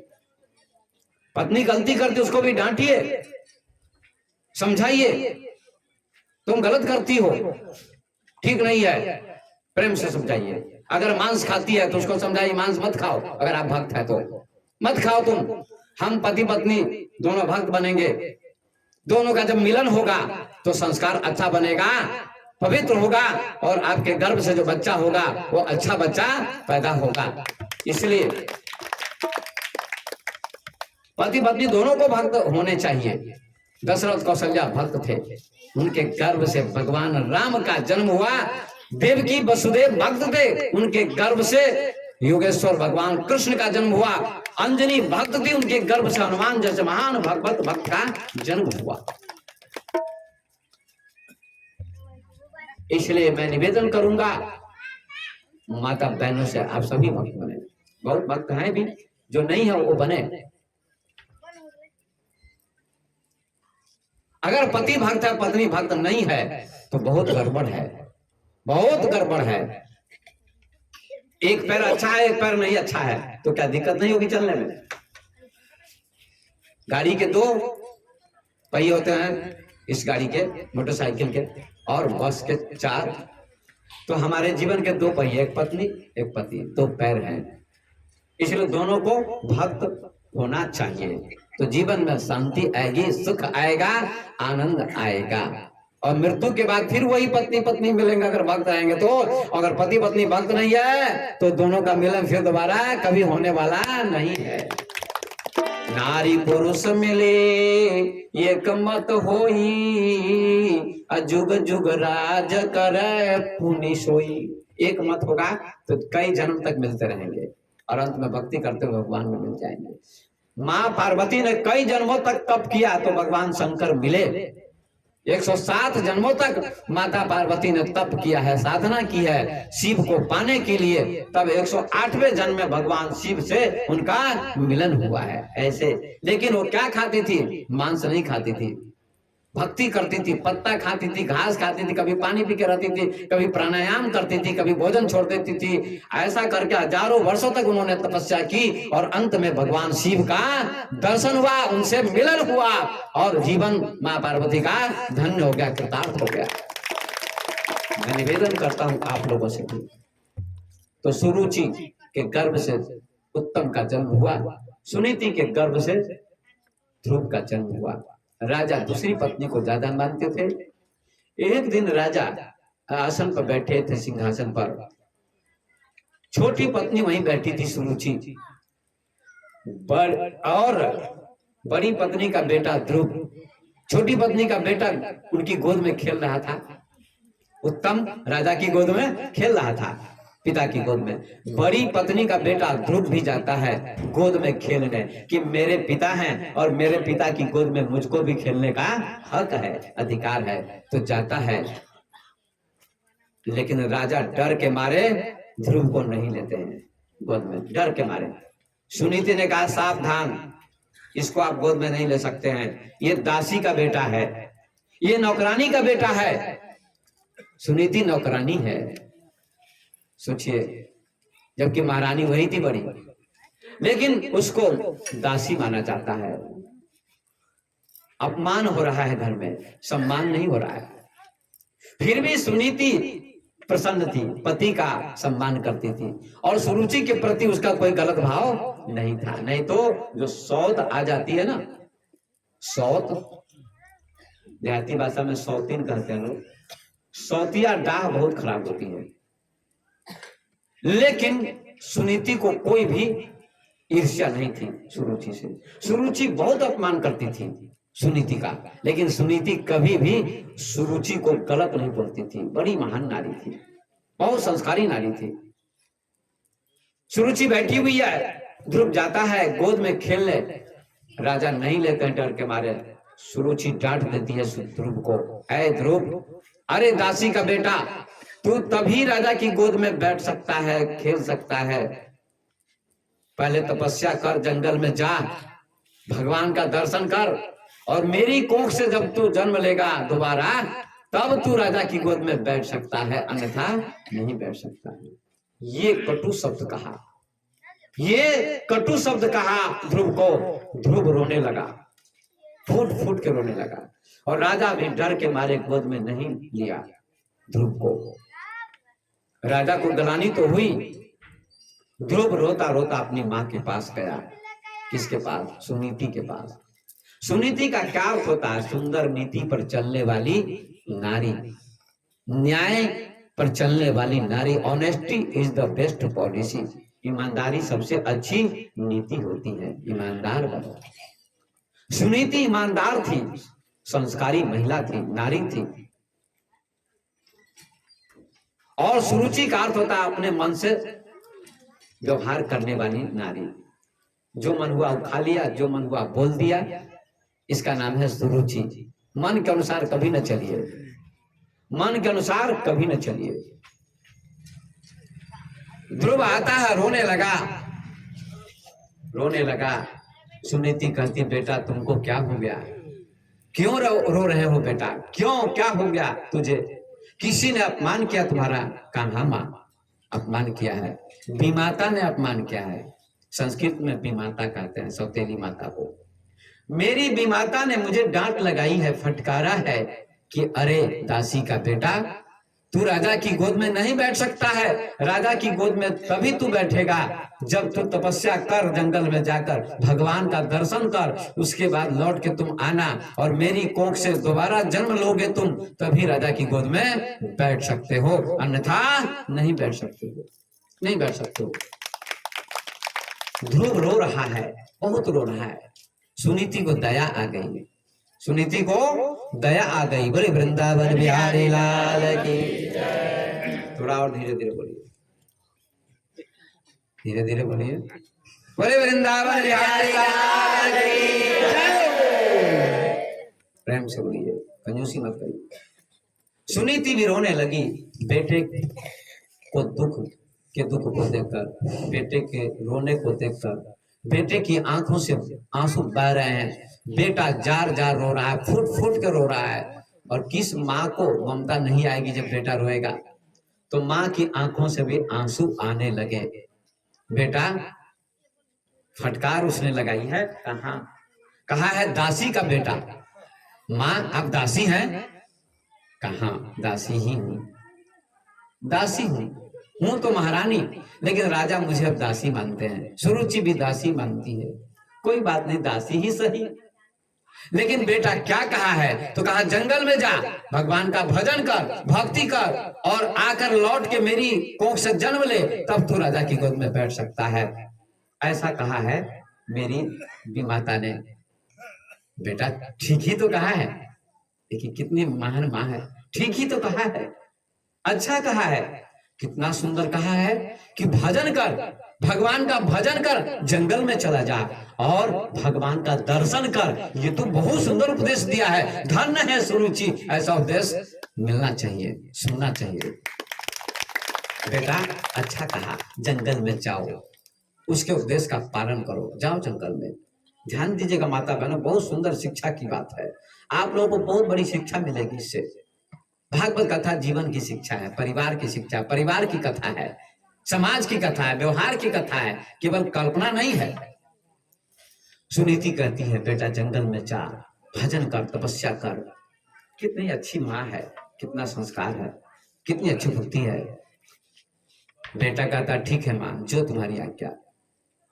जाने लगा ध्रुव जंगल की तरफ। 5 वर्ष की उम्र है, लेकिन माँ कहती बेटा पहले राजा को जाकर प्रणाम करो, मेरे स्वामी को, पतिदेव को प्रणाम करो, राजा को, और सुरुचि को भी प्रणाम करना, जिसने तुमको उपदेश दिया है। डांट लगाई, डांट लगाकर भी तो उपदेश अच्छा किया है, डांट लगाकर भी उसने उपदेश अच्छा किया है कि भजन करो। इसलिए जाकर सुरुचि को भी प्रणाम करो, राजा को प्रणाम करना और सुरुचि के चरणों में भी प्रणाम करना, आशीर्वाद लेके जाना। जाता है ध्रुव, राजा के चरणों में प्रणाम करता है। प्रणाम पिताजी, मैं जंगल में जा रहा हूं तपस्या करने। राजा की आंखों में आंसू आ गए, हृदय पिघल गया। राजा ने सिर पर हाथ रखा और कहा बेटा तुम्हारा कल्याण हो, हे प्रभु इस बेटे की रक्षा करना, ध्रुव की रक्षा करना। और सुरुचि को जब प्रणाम करने जाता है, माँ प्रणाम, आशीर्वाद दो, मैं जंगल में जा रहा हूं तपस्या करने, तुम्हारा उपदेश है, तुम्हारा आदेश है। सुरुचि फिर कहती जा जा, जल्दी जा, जल्दी चला जा, जल्दी चला जा। प्रणाम करता है, फिर आ गया माँ के पास। अब माँ को प्रणाम करता, सुनीति को, माँ अब जा रहा हूं। प्रणाम करता है माँ को। माँ ने गले से लगा लिया, गले से लिपटा लिया, मेरे लाल तुम्हारी भक्ति सफल हो और तुम्हें भगवान दर्शन दे, ये आशीर्वाद देती। और माँ का आशीर्वाद कभी विफल नहीं होता है। मेरी माँ ने भी मुझे आशीर्वाद दिया है। मेरी माँ पढ़ी लिखी नहीं थी, अनपढ़ थी, पैसे भी नहीं गिन पाती थी, 85 वर्ष की उम्र में घूंघट करके चलती थी। इतनी महान माँ थी। जब माँ की याद आती है तो मेरी आंखों में आंसू आ जाते हैं।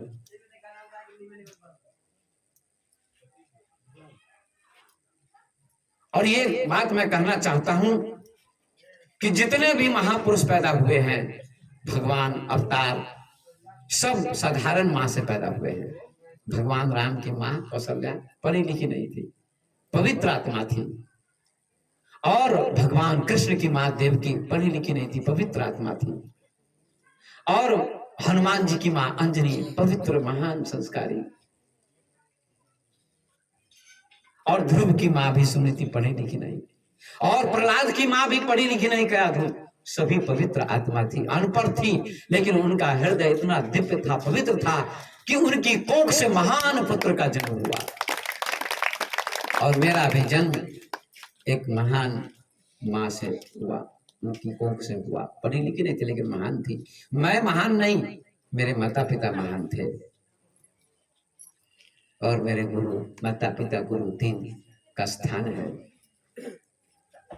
गले से लगाती है, आशीर्वाद देती है, आंसू बह रहे हैं।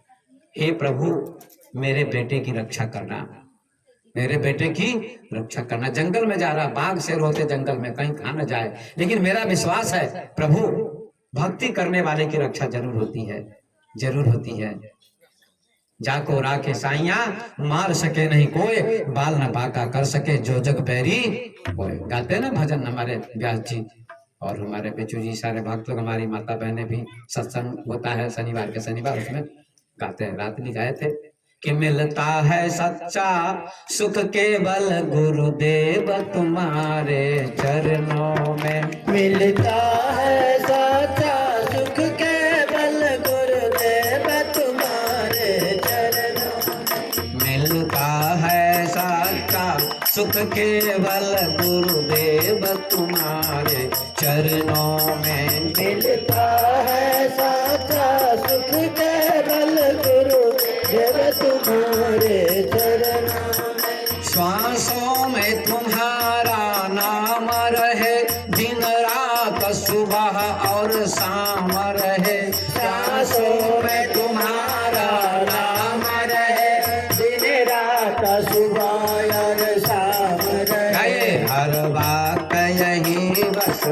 ध्यान रहे रहे ध्यान तुम्हारे चरणों में।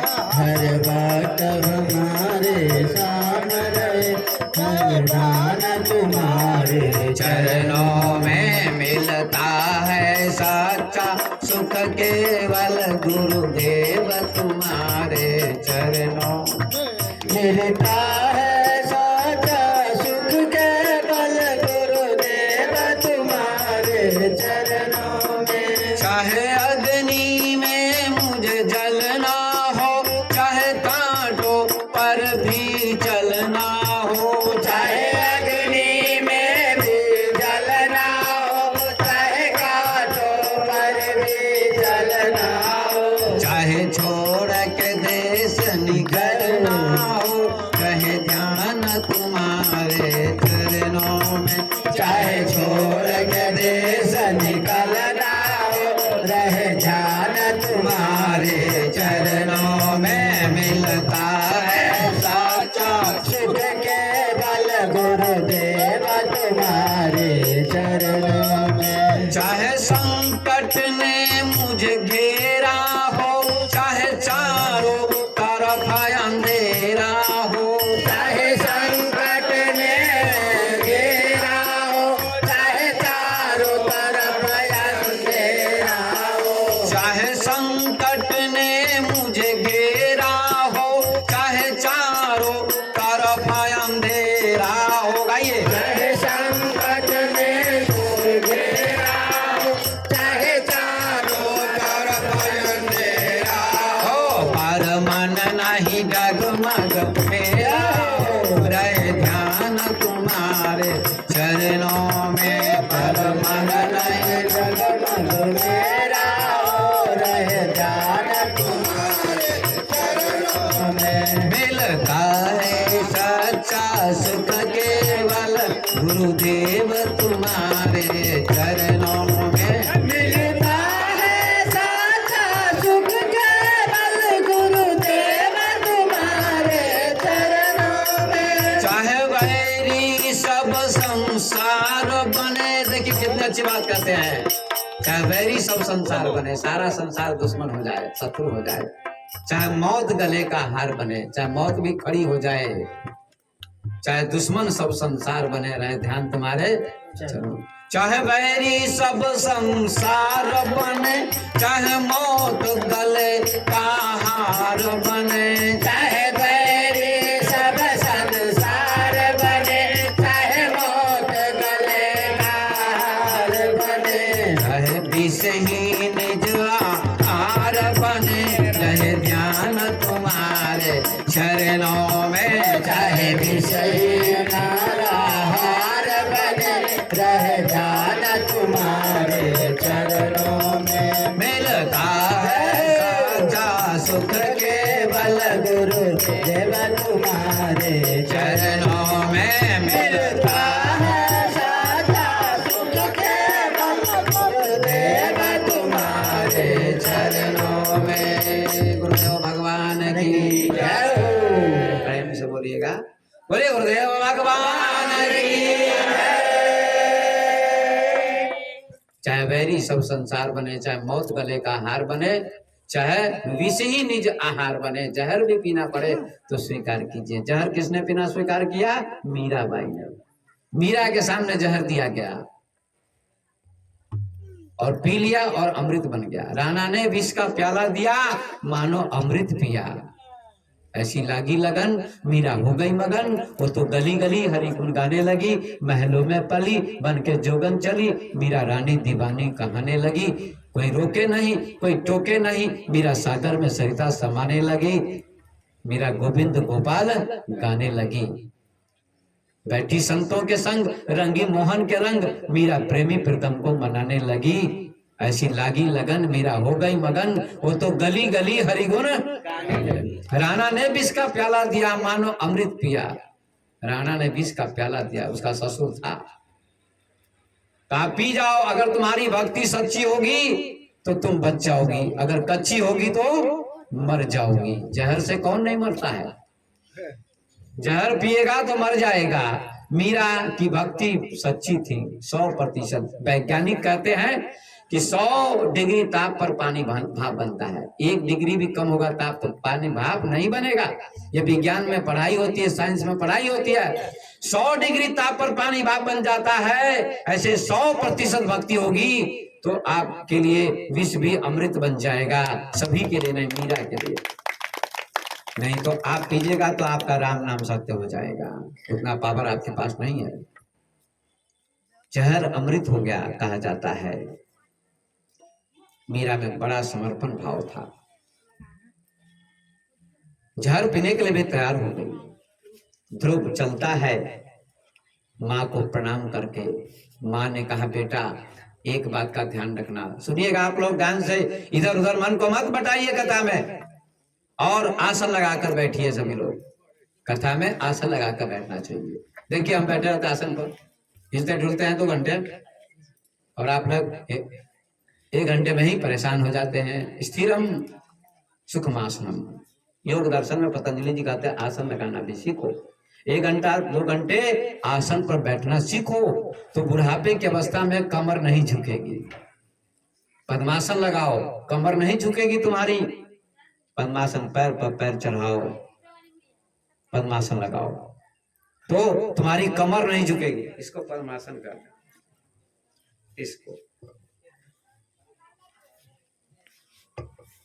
इसको पद्मासन करते हैं। दोनों पैर ऐसे, रीढ़ की हड्डी सीधी होनी चाहिए, गला सीधा होना चाहिए और पीठ सीधी होनी चाहिए। इसका नाम पद्मासन। हमारा चेला लगाया हुआ देखिए, बेचू जी भी लगाया, एक बार नहीं लगता है इनको, चेला लगा ले। देखिए सुजीत लगाया हुआ है। हाँ लग गया, इनका भी लग गया, विनोद जी का। ये पद्मासन है, कमल आसन। इसको लगाइएगा तो आपको आलस नहीं आएगा। लेकिन अभी मत लगाइए, घर पर लगाइएगा, धीरे धीरे अभ्यास कीजिएगा। एक दिन में नहीं होगा अभ्यास, धीरे धीरे होगा। तो इसका नाम पद्मासन है। इसको लगाने से रोज इस पर बैठ के आंख बंद करके ध्यान करना चाहिए, श्वास लेना छोड़ना चाहिए। हमारे बेचू जी करते हैं रोज, कई भक्त लोग करते हैं कहीं कहीं, तो आप लोग भी कीजिए, सब लोग कीजिए। योग कीजिए, प्राणायाम कीजिए, ध्यान कीजिए। मैं बहुत जानता हूँ प्राणायाम, योग, ध्यान की सैकड़ों विधियां जानता हूँ। आप लोगों का सौभाग्य मुझसे आकर सीखिए, आपका जीवन मंगलमय होगा, कल्याण होगा। मैं कथा भी जानता हूँ, योग ध्यान भी जानता हूँ। सैकड़ों ग्रंथों का, हजारों ग्रंथों का अध्ययन किया है, अभी भी करता हूँ। आश्रम में रहता हूँ, अलमारी भरी हुई है ग्रंथों से। पुस्तक भी मैं लिखता हूँ, 10 पुस्तकें मैंने लिखी हैं। एक पुस्तक छप गई है, रामायण के ऊपर लिखी है, नवधा भक्ति के ऊपर, भक्ति मार्ग। इसलिए जो है धीरे धीरे अभ्यास कीजिए। तो ध्रुव चलने लगा, माँ को प्रणाम करके। माँ ने कहा प्रभु रक्षा करना। और माँ एक बात कहती है ध्रुव से, क्या कहती है कि बेटा रास्ते में कोई साधु संत मिल जाए तो उनको चरण छू के प्रणाम कर लेना। आहा, धन्य है माँ, ऐसी माँ धन्य है जो अपने बेटे को कहे संत महात्मा के चरण को छूना, प्रणाम करना। ये उपदेश सभी माँ को करना चाहिए अपने पुत्र के लिए।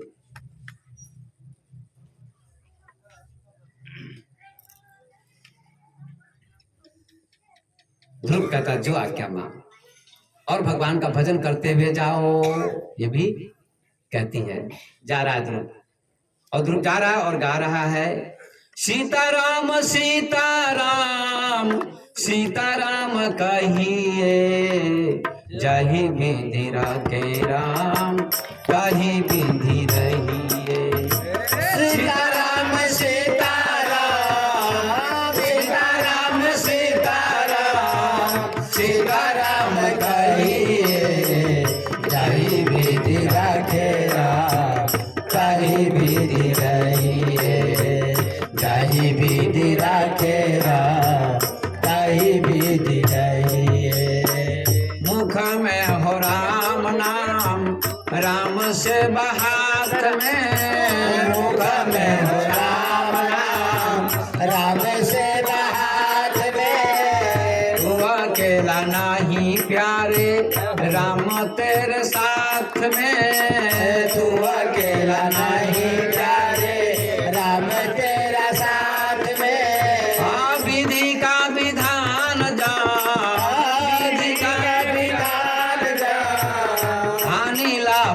बसाइए, चाहे विधि राखे राम, चाहे विधि रही गाइए विधि के विधान जान, विधि के विधान जान, हानि लाभ सहिए, चाहे विधि रखे राम, चाहे विधि रहिए। किया अभिमान तो फिर मान नहीं पाएगा, किया अभिमान को मान नहीं पाएगा, होगा प्यार वही जो, होगा प्यार वही जो श्री राम जी को भाएगा।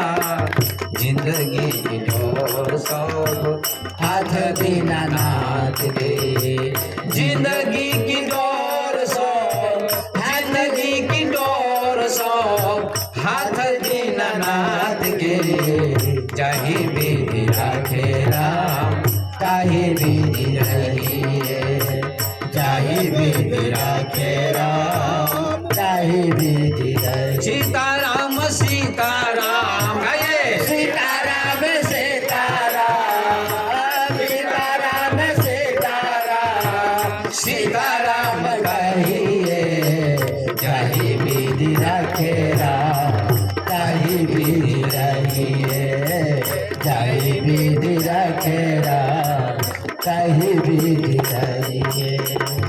आशा एक राम जी से दूजी आशा छोड़ दे, आशा एक राम जी से दूजी आशा छोड़ दे, नाता एक राम जी से दूजा नाता तोड़ दे, नाता एक राम जी से दूजा नाता छोड़ दे, साधु संग राम रंग, साधु संग राम रंग, अंग अंग रंगिए, चाहे विधि राखे राम, चाहे विधि रहिए, चाहे विधि राखे राम, चाहे विधि रहिए, चाहे विधि राखे राम, चाहे विधि रहिए। जिंदगी की डोर सौ हाथ दीनानाथ के, जिंदगी की डोर सो हाथ दीनानाथ के, महलों में राखे चाहे, महलों में राखे चाहे, झोपड़ी में बास दे, चाहे विधि राखे राम, चाहे विधि रहिए, चाहे विधि राखे राम, चाहे विधि रहिए। सीताराम सीताराम सीताराम सीताराम, सीताराम कहिए, चाहे विधि रखे राम, चाहे विधि रहिए, चाहे विधि राखे राम, चाहे विधि रहिए। बोलिए श्यावर रामचंद्र भगवान। जय। प्रेम से जोड़िए, बहुत धीमे स्वर में बोल रहे हैं। बोलिए सीताराम भगवान। तो ध्रुव जाने लगे, माता को प्रणाम करके भजन गाते हुए जा रहे हैं, और रास्ते में भगवान की कृपा से नारद जी का दर्शन हुआ। नारद जी तो घूमते ही रहते थे ना, श्रीमन नारायण नारायण नारायण,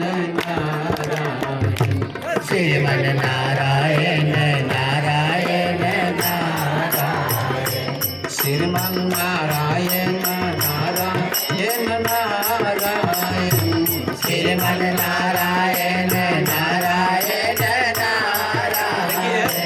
ताली बजाने से लाभ मिलता है। ताली रोज बजाइए कथा में और घर पर भी, तो आपको जल्दी लकवा की बीमारी नहीं लगेगी, पैरालिसिस नहीं मारेगा। क्यों? एक्सरसाइज होता है, ब्लड सर्कुलेशन सही बनेगा, सही रहेगा। सही बात कहता हूँ, गलत नहीं है, ये वैज्ञानिक कारण है। राम कथा सुंदर करतारी, संशय विहंग उड़ावन हारी। पेड़ की डाली पर पक्षी बैठ जाए, उसको ताली बजा के भगा दीजिए, ऐसे राम कथा भागवत कथा हाथ की ताली जैसी होती है, और शरीर में जो संशय शंका है, ये संशय रूपी पक्षी बैठा हुआ है, कथा सुने कि न सुने, भगत बने कि न बने, कंठी ले कि न ले, ये क्या है? पक्षी है संशय। इसको दूर कर दीजिए कथा रूपी ताली से। कथा ताली के समान है, इसको दूर करिए। तो राम कथा सुंदर कर तारी, संशय व्यंग उड़ा बनारी। और ताली कौन नहीं बजाता है? पशु।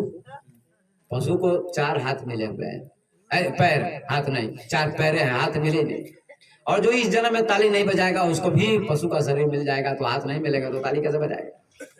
पैर ही मिलेंगे 4, इसलिए उनका नाम है चौपाया। हाथी, घोड़े, गाय, भैंस, बैल, बकरी, गधे, ये सब क्या है? पशु। इनके 4 पैर हैं, हाथ नहीं मिले हैं तो ताली बजा नहीं सकते। आपको हाथ मिले हैं तो आराम से ताली बजा सकते हैं। कुछ पढ़े लिखे लोग सोचते हैं वकील, डॉक्टर, वैज्ञानिक लोग क्या ताली बजाना है, मूर्खों का काम है। लेकिन बेटा जब रोता है तो वकील भी कहते बेटा चुप हो जा, बेटा चुप हो जा, बेटा चुप हो जा, वो भी ताली बजाते हैं, है ना? तो ताली तो सबको बजानी पड़ती है।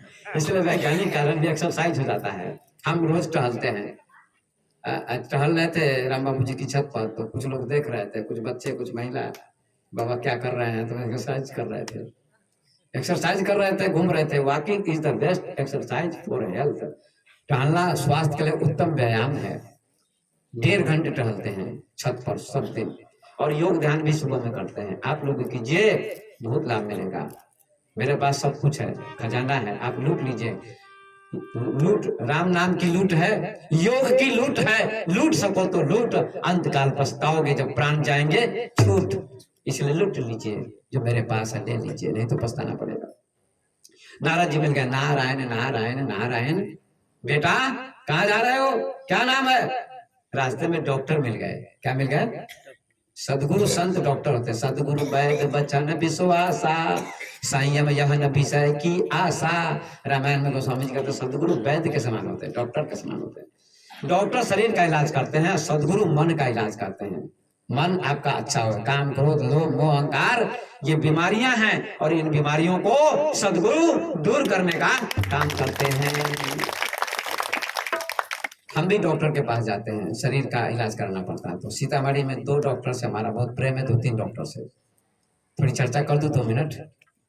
सीतामढ़ी में 2 डॉक्टर हैं, सर्जन है, एक फिजिशियन है, और एक होम्योपैथी के डॉक्टर है, एक दांत के डॉक्टर। 4 डॉक्टर से मेरा परिचय है। बहुत मानते हैं हमको, अच्छा भाव है, तो बहुत अच्छा स्वभाव भी है। एक सीतामढ़ी पानी टंकी हॉस्पिटल रोड में कामेश्वर प्रसाद जी हैं, डॉक्टर, सर्जन हैं, जो सर्जरी करते हैं, ऑपरेशन करते हैं, हर्निया का ऑपरेशन, पथरी का ऑपरेशन, जनरल सर्जन हैं, बहुत अच्छे अनुभवी हैं। और प्रोस्टेट हो जाता है, पेशाब में कोई कमी हो जाती है, उसका भी वो इलाज करते हैं। और मुझे वही समस्या है कुछ, तो उसका इलाज चला रहे हैं वो। और 75% माने 75% मुझे उनकी दवा से आराम मिला है, आराम मिला है। और जब भी कुछ होता है तो उनके पास जाता हूँ, दवा देते हैं, ठीक हो जाता हूँ मैं।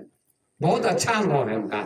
और मैं 10 डॉक्टर के पास गया सीतामढ़ी में, और पेशाब की जैसी दवा उन्होंने दी है वैसी दवा किसी डॉक्टर ने नहीं दी है। बहुत सुंदर लाभ हो रहा है। एक बार आपको भी ऐसी समस्या आए तो डॉक्टर कामेश्वर प्रसाद जी के यहाँ जाइए। उनका स्वभाव भी बहुत अच्छा है, मिलनसार स्वभाव है, अनुभवी भी बहुत अच्छे हैं, और बहुत अच्छे ढंग से बातचीत करते हैं।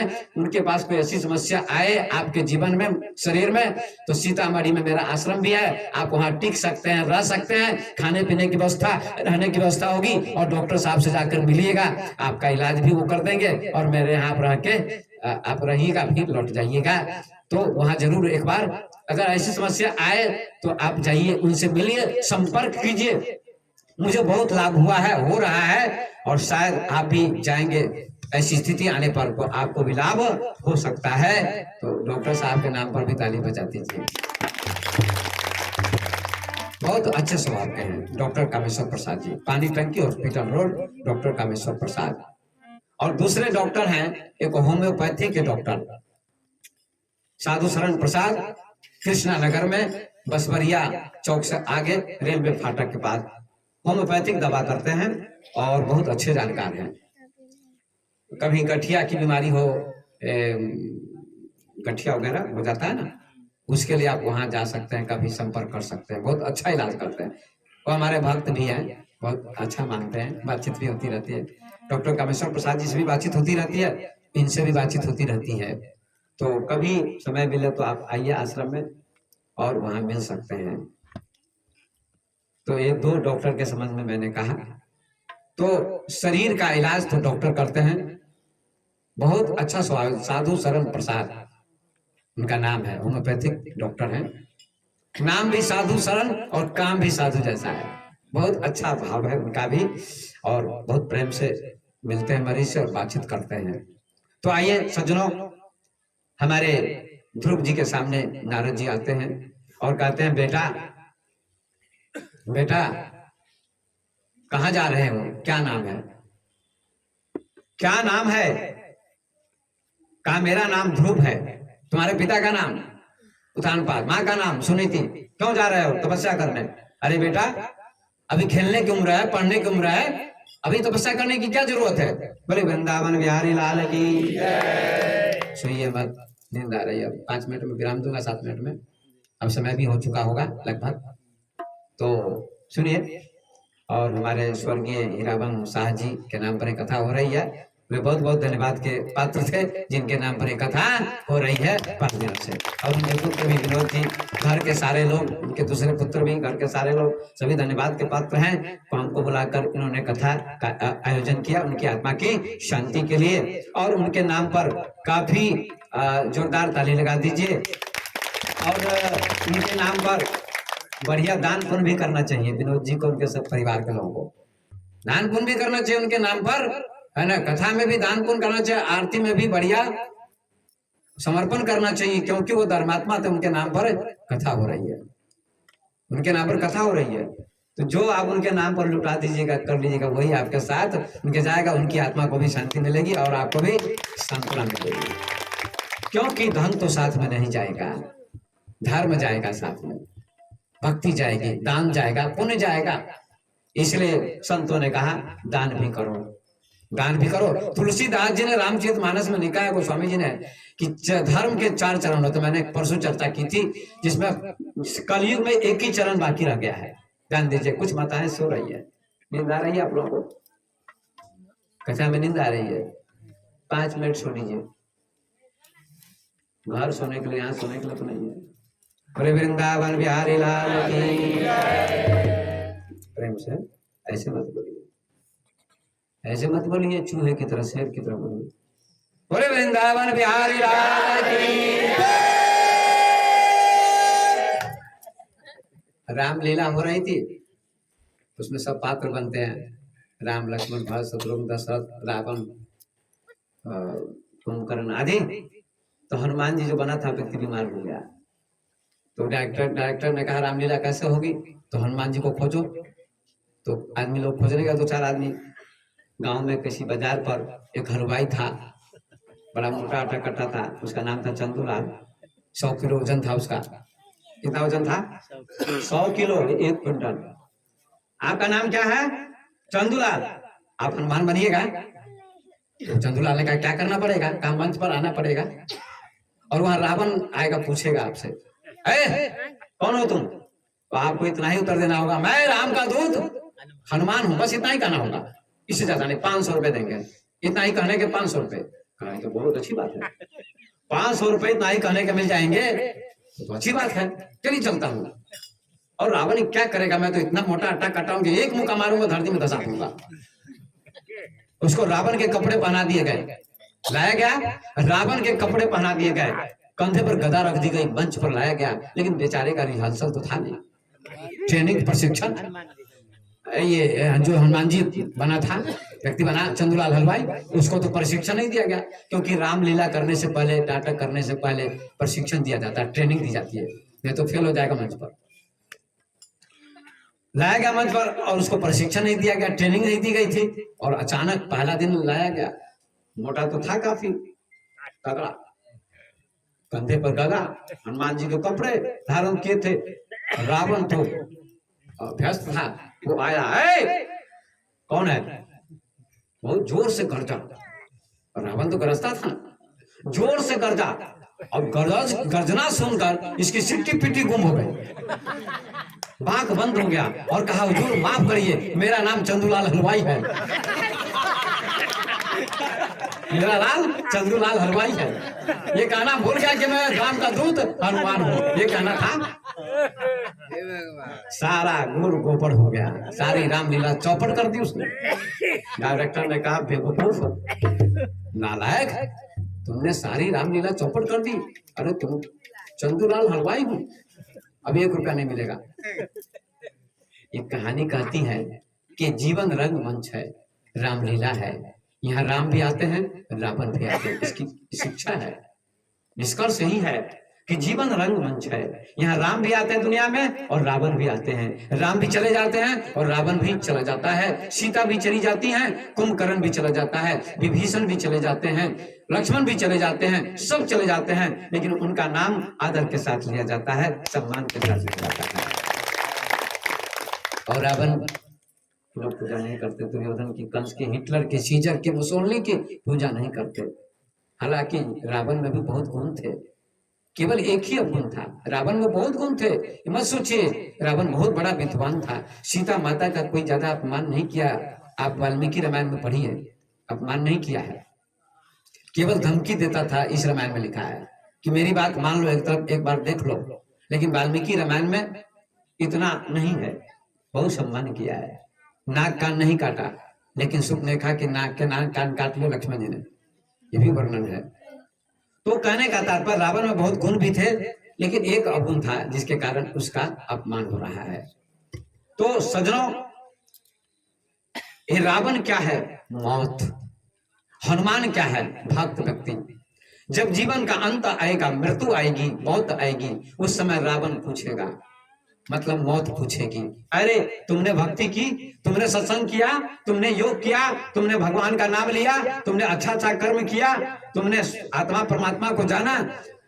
अगर आपने भक्ति न की होगी, आपने सत्कर्म न किया होगा, आपने योग न किया होगा, आपने ध्यान न किया होगा, आपने भजन न किया होगा, आपने कथा न सुनी होगी, तो अंत में आप क्या उत्तर दीजिएगा? तो चंदूलाल हलवाई का हाल होगा, डरना पड़ेगा।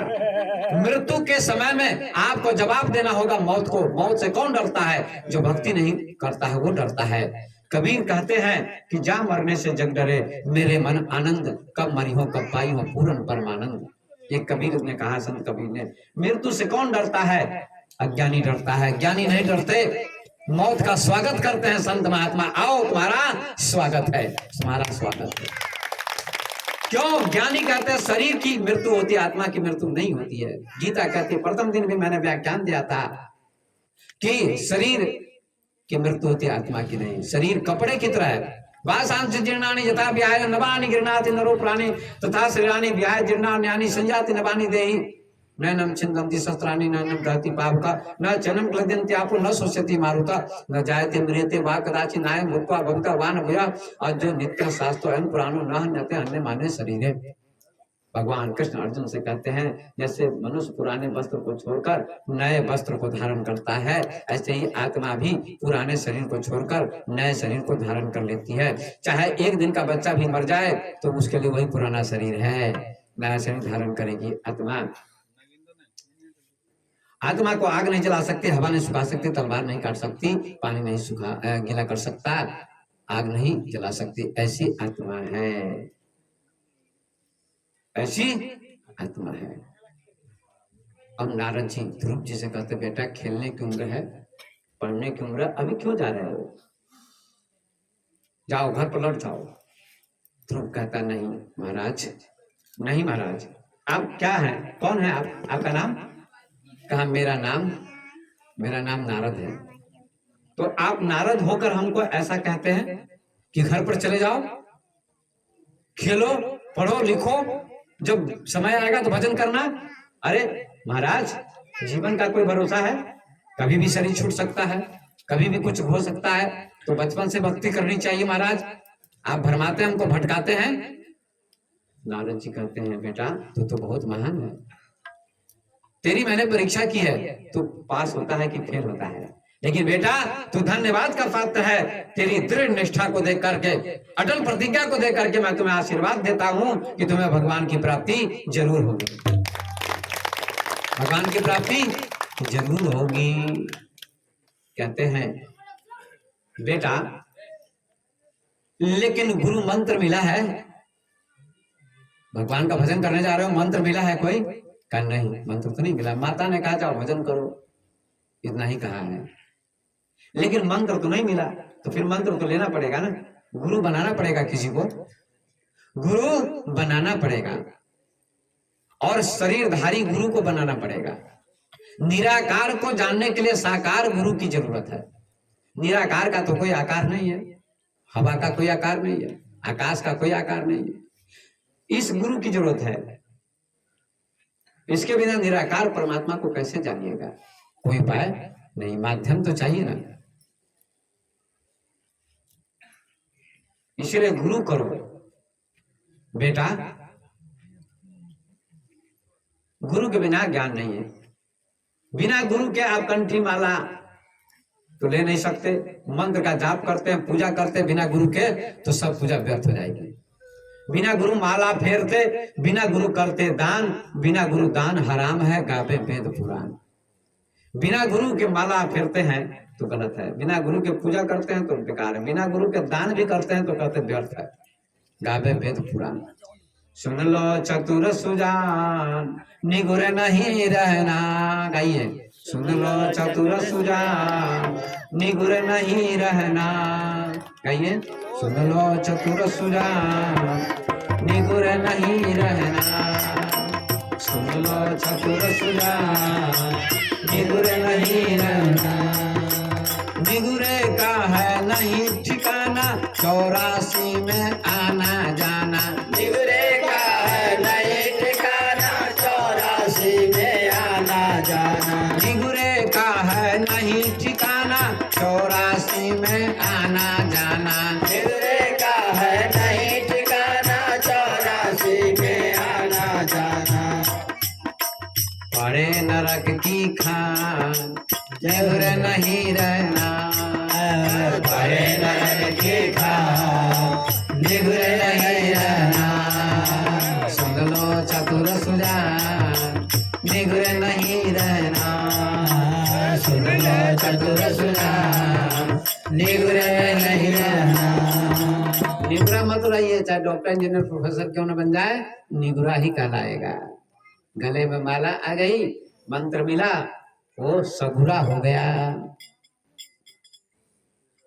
गुरु बिना माला क्या खटकावे, मनुआ चहुँ से फिरता जावे। गुरु बिना माला क्या खटकावे, मनुआ चहुँ से फिरता जावे। गुरु बिना माला क्या खटकावे, मनुआ चहुँ से फिरता जावे। गुरु बिना माला क्या खटकावे, मनुआ चहुँ से फिरता जावे। चमका बने मेहमान निगुरे नहीं रहना, चमका बने मेहमान निगुरे नहीं रहना।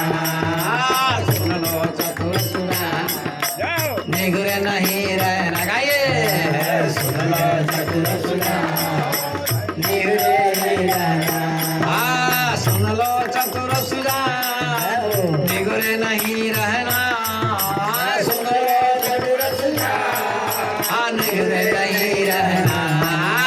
सुन लो चतुर सुजान निगुरे नहीं रहना, सुन लो चतुर सुजान निगुरे नहीं रहना। माताएं गाने पहनती हैं, हाथ में चूड़ियां पहनती हैं, गले में कोई मंगलसूत्र, कान में कुंडल, नाक में कोई ना कोई गहना पहनती है, अनेक गहने पहनती हैं महिलाएं।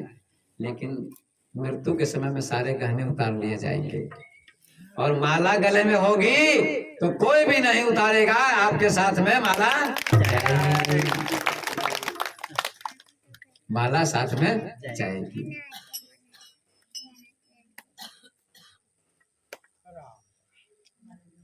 गुरु बिना माला क्या खटकावे, मनुआ 34 फिरता जावे। बिना गुरु के माला मत जपो, बिना गुरु माला जपते बिनु गुरु करते दान, अब बिना गुरु दान हराम है, गावे वेद पुराण। मन चारों दिशाओं में घूमता है, मन चारों दिशाओं में घूमता है। गुरु बिना माला क्या खटकावे, मनुआ 34 फिरता जावे, यम का बने मेहमान। ऐसा व्यक्ति यमराज के पास जाएगा, भगवान के पास नहीं जाएगा। हीरे जैसी सुंदर काया, हरि भजन बिनु व्यर्थ गवाया। हीरे जैसी सुंदर काया, हरि भजन के बिनु गवाया। हीरे जैसी सुंदर काया, हरि भजन बिनु व्यर्थ गवाया। हीरे जैसी सुंदर काया, हरि भजन के व्यर्थ गवाया। क्यों करता अभिमान, बिगड़े नहीं रहना। क्यों करता अभिमान, बिगड़े नहीं रहना। ताली बजाइए प्रेम से, कुछ लोग ऐसे सोते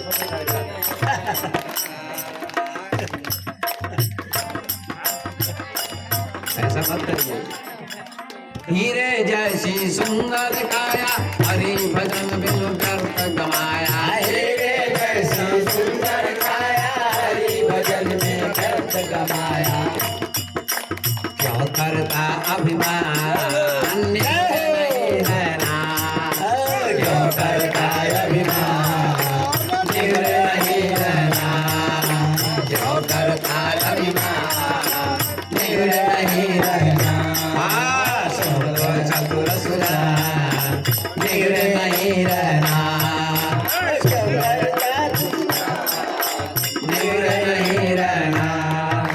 बिगड़े का है नहीं ठिकाना, 84 में आना जाना। बिगड़े का है नहीं ठिकाना, 84 में आना जाना। बिगड़े का है नहीं ठिकाना, 84 में आना जाना। बिगड़े का है नहीं ठिकाना, 84 में आना जाना। अरे नरक की खान, नहीं रहना। परे नरक की खान, बिगड़े नहीं रहना। बिगड़े नहीं रहना। बिगड़े नहीं रहना। बिगड़े नहीं रहना। बिगड़े नहीं रहना। इसलिए सभी लोग गुरु की शरण में आ जाए। जो आ गए वो धन्यवाद के पात्र, और जो नहीं आए हैं वे भी आ जाएं, उनका भी कल्याण होगा। आनंद धरन भरल है बहिना, बहनों भाइयों, और दौलत में शुमार है। हरि के भजन बिना और जीवन बेकार है। तिजोरी बिना ताला के, और माला बिना गाला बिना माला के, और गांव बिना पाठशाला के बिल्कुल बेकार है। जिस गांव में स्कूल नहीं होगा उस गांव के बच्चे मूर्ख होंगे, गधे चराएंगे, भैंस चराएंगे। इसलिए गला में माला होनी चाहिए। अब वाणी को विराम देता हूँ। मंत्र दिया है नारद जी ने ध्रुव जी को, ओम नमो भगवते वासुदेवाय। बेटा मैं ही गुरु बन जाता हूँ तुम्हारा, और तुमको मंत्र देता हूँ, इस मंत्र का जाप करना। 12 अक्षर का मंत्र है, ओम नमो भगवते वासुदेवाय। आजकल शिव चर्चा होती है तो उसमें कहते हो ओम न बोलो, कुछ कबीर पंथी भी कहते हो ओम न बोलो। बसतपुर में कभी पंथी लोग हैं, जहाँ जहाँ जाइएगा ना वो कहते हैं ओम मत बोलो। ये बहुत गलत बात है। ओम ऋषि की रचना है, ऋषि की खोज है। ओम जो है बोलना ही पड़ेगा। ओम नाभि से उच्चारण होता है, ओम का उच्चारण नाभि से होता है। अभी रामदेव बाबा है योग के गुरु, योग गुरु, पूरी दुनिया में उनका प्रचार है, योग का प्रचार, और सबसे पहले ओम का उच्चारण करवाते हैं। ओम का उच्चारण करो। वेद में उपनिषद में ओम का उच्चारण किया गया है।